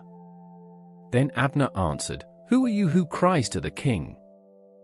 David said to Abner, "Aren't you a man? Who is like you in Israel? Why then have you not kept watch over your lord, the king? For one of the people came in to destroy the king your lord. This thing isn't good that you have done. As Yahweh lives, you are worthy to die, because you have not kept watch over your lord, Yahweh's anointed. Now see where the king's spear is, and the jar of water that was at his head." Saul knew David's voice, and said, "Is this your voice, my son David?" David said, "It is my voice, my lord, O king." He said, "Why does my lord pursue his servant? For what have I done? What evil is in my hand? Now therefore, please let my lord the king hear the words of his servant. If it is so that Yahweh has stirred you up against me, let him accept an offering. But if it is the children of men, they are cursed before Yahweh, for they have driven me out today that I shouldn't cling to Yahweh's inheritance, saying, 'Go, serve other gods.' Now therefore, don't let my blood fall to the earth away from the presence of Yahweh, for the king of Israel has come out to seek a flea, as when one hunts a partridge in the mountains." Then Saul said, "I have sinned. Return, my son David, for I will no more do you harm, because my life was precious in your eyes today. Behold, I have played the fool, and have erred exceedingly." David answered, "Behold the spear, O king. Then let one of the young men come over and get it. Yahweh will render to every man his righteousness and his faithfulness, because Yahweh delivered you into my hand today, and I wouldn't stretch out my hand against Yahweh's anointed. Behold, as your life was respected today in my eyes, so let my life be respected in Yahweh's eyes, and let him deliver me out of all oppression." Then Saul said to David, "You are blessed, my son David. You will both do mightily, and will surely prevail." So David went his way, and Saul returned to his place. David said in his heart, "I will now perish one day by the hand of Saul.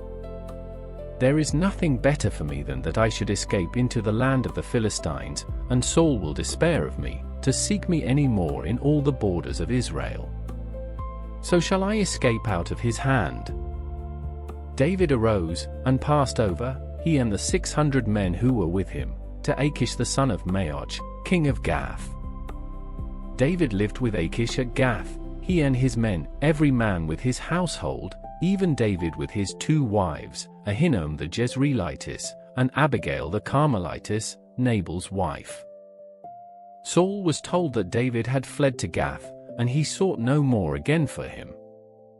David said to Achish, "If now I have found favor in your eyes, let them give me a place in one of the cities in the country, that I may dwell there. For why should your servant dwell in the royal city with you?" Then Achish gave him Ziklag that day, therefore Ziklag belongs to the kings of Judah to this day. The number of the days that David lived in the country of the Philistines was a full year and 4 months.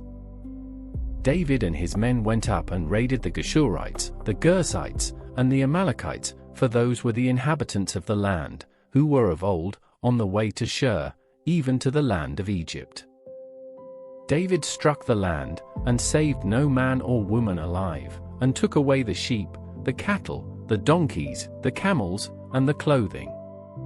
Then he returned, and came to Achish. Achish said, "Against whom have you made a raid today?" David said, "Against the south of Judah, against the south of the Jerahmeelites, and against the south of the Kenites." David saved neither man nor woman alive, to bring them to Gath, saying, lest they should tell about us, saying, "David did this, and this has been his way all the time he has lived in the country of the Philistines." Achish believed David, saying, "He has made his people Israel utterly to abhor him. Therefore he will be my servant forever." In those days, the Philistines gathered their armies together for warfare, to fight with Israel. Achish said to David, "Know assuredly that you will go out with me in the army, you and your men." David said to Achish, "Therefore you will know what your servant can do." Achish said to David, "Therefore I will make you my bodyguard forever." Now Samuel was dead, and all Israel had mourned for him, and buried him in Ramah, even in his own city. Saul had sent away those who had familiar spirits and the wizards out of the land. The Philistines gathered themselves together, and came and encamped in Shunem, and Saul gathered all Israel together, and they encamped in Gilboa. When Saul saw the army of the Philistines, he was afraid, and his heart trembled greatly. When Saul inquired of Yahweh, Yahweh didn't answer him by dreams, by Urim, or by prophets. Then Saul said to his servants, "Seek for me a woman who has a familiar spirit, that I may go to her, and inquire of her." His servant said to him, "Behold, there is a woman who has a familiar spirit at Ender." Saul disguised himself and put on other clothing, and went, he and 2 men with him, and they came to the woman by night. Then he said, "Please consult for me by the familiar spirit, and bring me up whomever I shall name to you." The woman said to him, "Behold, you know what Saul has done, how he has cut off those who have familiar spirits, and the wizards, out of the land. Why then do you lay a snare for my life, to cause me to die?" Saul swore to her by Yahweh, saying, "As Yahweh lives, no punishment will happen to you for this thing." Then the woman said, "Whom shall I bring up to you?" He said, "Bring Samuel up for me." When the woman saw Samuel, she cried with a loud voice, and the woman spoke to Saul, saying, "Why have you deceived me? For you are Saul." The king said to her, "Don't be afraid. What do you see?" The woman said to Saul, "I see a god coming up out of the earth." He said to her, "What does he look like?" She said, "An old man comes up. He is covered with a robe." Saul perceived that it was Samuel, and he bowed with his face to the ground, and showed respect. Samuel said to Saul, "Why have you disturbed me, to bring me up?" Saul answered, "I am very distressed, for the Philistines make war against me, and God has departed from me, and answers me no more, by prophets, or by dreams. Therefore I have called you, that you may make known to me what I shall do." Samuel said, "Why then do you ask me, since Yahweh has departed from you and has become your adversary? Yahweh has done to you as he spoke by me. Yahweh has torn the kingdom out of your hand, and given it to your neighbor, even to David. Because you didn't obey Yahweh's voice, and didn't execute his fierce wrath on Amalek, therefore Yahweh has done this thing to you today. Moreover, Yahweh will deliver Israel also with you into the hand of the Philistines, and tomorrow you and your sons will be with me. Yahweh will deliver the army of Israel also into the hand of the Philistines." Then Saul fell immediately his full length on the earth, and was terrified, because of Samuel's words. There was no strength in him, for he had eaten no bread all day long or all night long. The woman came to Saul, and saw that he was very troubled, and said to him, "Behold, your servant has listened to your voice, and I have put my life in my hand, and have listened to your words which you spoke to me. Now therefore, please listen also to the voice of your servant, and let me set a morsel of bread before you. Eat, that you may have strength, when you go on your way." But he refused, and said, "I will not eat." But his servants, together with the woman, constrained him, and he listened to their voice. So he arose from the earth and sat on the bed. The woman had a fattened calf in the house. She hurried and killed it, and she took flour, and kneaded it, and baked unleavened bread of it. She brought it before Saul, and before his servants, and they ate. Then they rose up, and went away that night. Now the Philistines gathered together all their armies to Aphek, and the Israelites encamped by the spring which is in Jezreel. The lords of the Philistines passed on by hundreds and by thousands, and David and his men passed on in the rear with Achish. Then the princes of the Philistines said, "What about these Hebrews?" Achish said to the princes of the Philistines, "Isn't this David, the servant of Saul the king of Israel, who has been with me these days, or rather these years? I have found no fault in him since he fell away until today. But the princes of the Philistines were angry with him, and the princes of the Philistines said to him, "Make the man return, that he may go back to his place where you have appointed him, and let him not go down with us to battle, lest in the battle he become an adversary to us. For with what should this fellow reconcile himself to his Lord? Should it not be with the heads of these men? Isn't this David, of whom people sang to one another in dances, saying, Saul has slain his thousands, and David his 10,000s? Then Achish called David, and said to him, As Yahweh lives, you have been upright, and your going out and your coming in with me in the army is good in my sight, for I have not found evil in you since the day of your coming to me to this day. Nevertheless, the Lords don't favor you. Therefore now return, and go in peace, that you not displease the lords of the Philistines. David said to Achish, But what have I done? What have you found in your servant so long as I have been before you to this day, that I may not go and fight against the enemies of my lord the king? Achish answered David, I know that you are good in my sight, as an angel of God. Notwithstanding the princes of the Philistines have said, He shall not go up with us to the battle. Therefore now rise up early in the morning with the servants of your lord who have come with you, and as soon as you are up early in the morning, and have light, depart. So David rose up early, he and his men, to depart in the morning, to return into the land of the Philistines, and the Philistines went up to Jezreel. When David and his men had come to Ziklag on the third day, the Amalekites had made a raid on the south, and on Ziklag, and had struck Ziklag, and burned it with fire, and had taken captive the women and all who were in it, both small and great. They didn't kill any, but carried them off, and went their way. When David and his men came to the city, behold, it was burned with fire, and their wives, their sons, and their daughters were taken captive. Then David and the people who were with him lifted up their voice and wept until they had no more power to weep. David's 2 wives were taken captive, Ahinoam the Jezreelitess, and Abigail the wife of Nabal the Carmelite. David was greatly distressed, for the people spoke of stoning him, because the souls of all the people were grieved, every man for his sons and for his daughters, but David strengthened himself in Yahweh his God. David said to Abiathar the priest, the son of Ahimelech, Please bring the ephod here to me. Abiathar brought the ephod to David. David inquired of Yahweh, saying, If I pursue after this troop, will I overtake them? He answered him, Pursue, for you will surely overtake them, and will without fail recover all. So David went, he and the 600 men who were with him, and came to the brook Bizah, where those who were left behind stayed. But David pursued, he and 400 men, for 200 stayed behind, who were so faint that they couldn't go over the brook Bizah.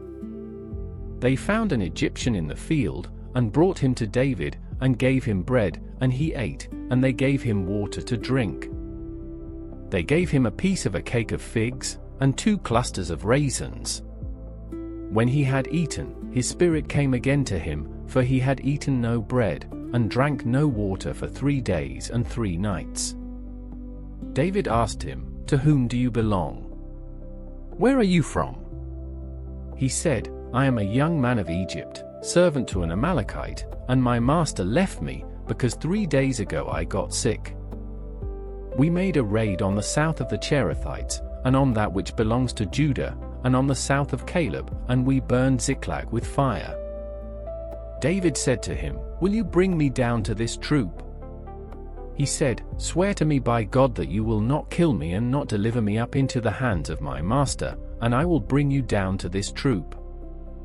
When he had brought him down, behold, they were spread around over all the ground, eating, drinking, and dancing, because of all the great plunder that they had taken out of the land of the Philistines, and out of the land of Judah. David struck them from the twilight even to the evening of the next day. Not a man of them escaped from there, except 400 young men, who rode on camels and fled. David recovered all that the Amalekites had taken, and David rescued his 2 wives. There was nothing lacking to them, neither small nor great, neither sons nor daughters, neither plunder, nor anything that they had taken to them. David brought back all. David took all the flocks and the herds, which they drove before those other livestock, and said, "This is David's plunder." David came to the 200 men, who were so faint that they could not follow David, whom also they had made to stay at the brook Bizar, and they went out to meet David, and to meet the people who were with him. When David came near to the people, he greeted them. Then all the wicked men and worthless fellows, of those who went with David, answered and said, "Because they didn't go with us, we will not give them anything of the plunder that we have recovered, except to every man his wife and his children, that he may lead them away, and depart." Then David said, "Do not do so, my brothers, with that which Yahweh has given to us, who has preserved us, and delivered the troop that came against us into our hand. Who will listen to you in this matter? For as his share is who goes down to the battle, so shall his share be who stays with the baggage. They shall share alike." It was so from that day forward, that he made it a statute and an ordinance for Israel to this day. When David came to Ziklag, he sent some of the plunder to the elders of Judah, even to his friends, saying, "Behold, a present for you from the plunder of Yahweh's enemies." He sent it to those who were in Bethel, to those who were in Ramoth of the south, to those who were in Jattir, to those who were in Aroer, to those who were in Siphmoth, to those who were in Eshtemoa, to those who were in Rakal, to those who were in the cities of the Jerahmeelites, to those who were in the cities of the Kenites, to those who were in Hormah, to those who were in Borazhan, to those who were in Athak, to those who were in Hebron, and to all the places where David himself and his men used to stay. Now the Philistines fought against Israel, and the men of Israel fled from before the Philistines, and fell down slain on Mount Gilboa. The Philistines overtook Saul and on his sons, and the Philistines killed Jonathan, Abinadab, and Malchishua, the sons of Saul. The battle went hard against Saul, and the archers overtook him, and he was greatly distressed by reason of the archers. Then Saul said to his armor-bearer, "Draw your sword, and thrust me through with it, lest these uncircumcised come and thrust me through, and abuse me." But his armor-bearer would not, for he was terrified. Therefore Saul took his sword, and fell on it.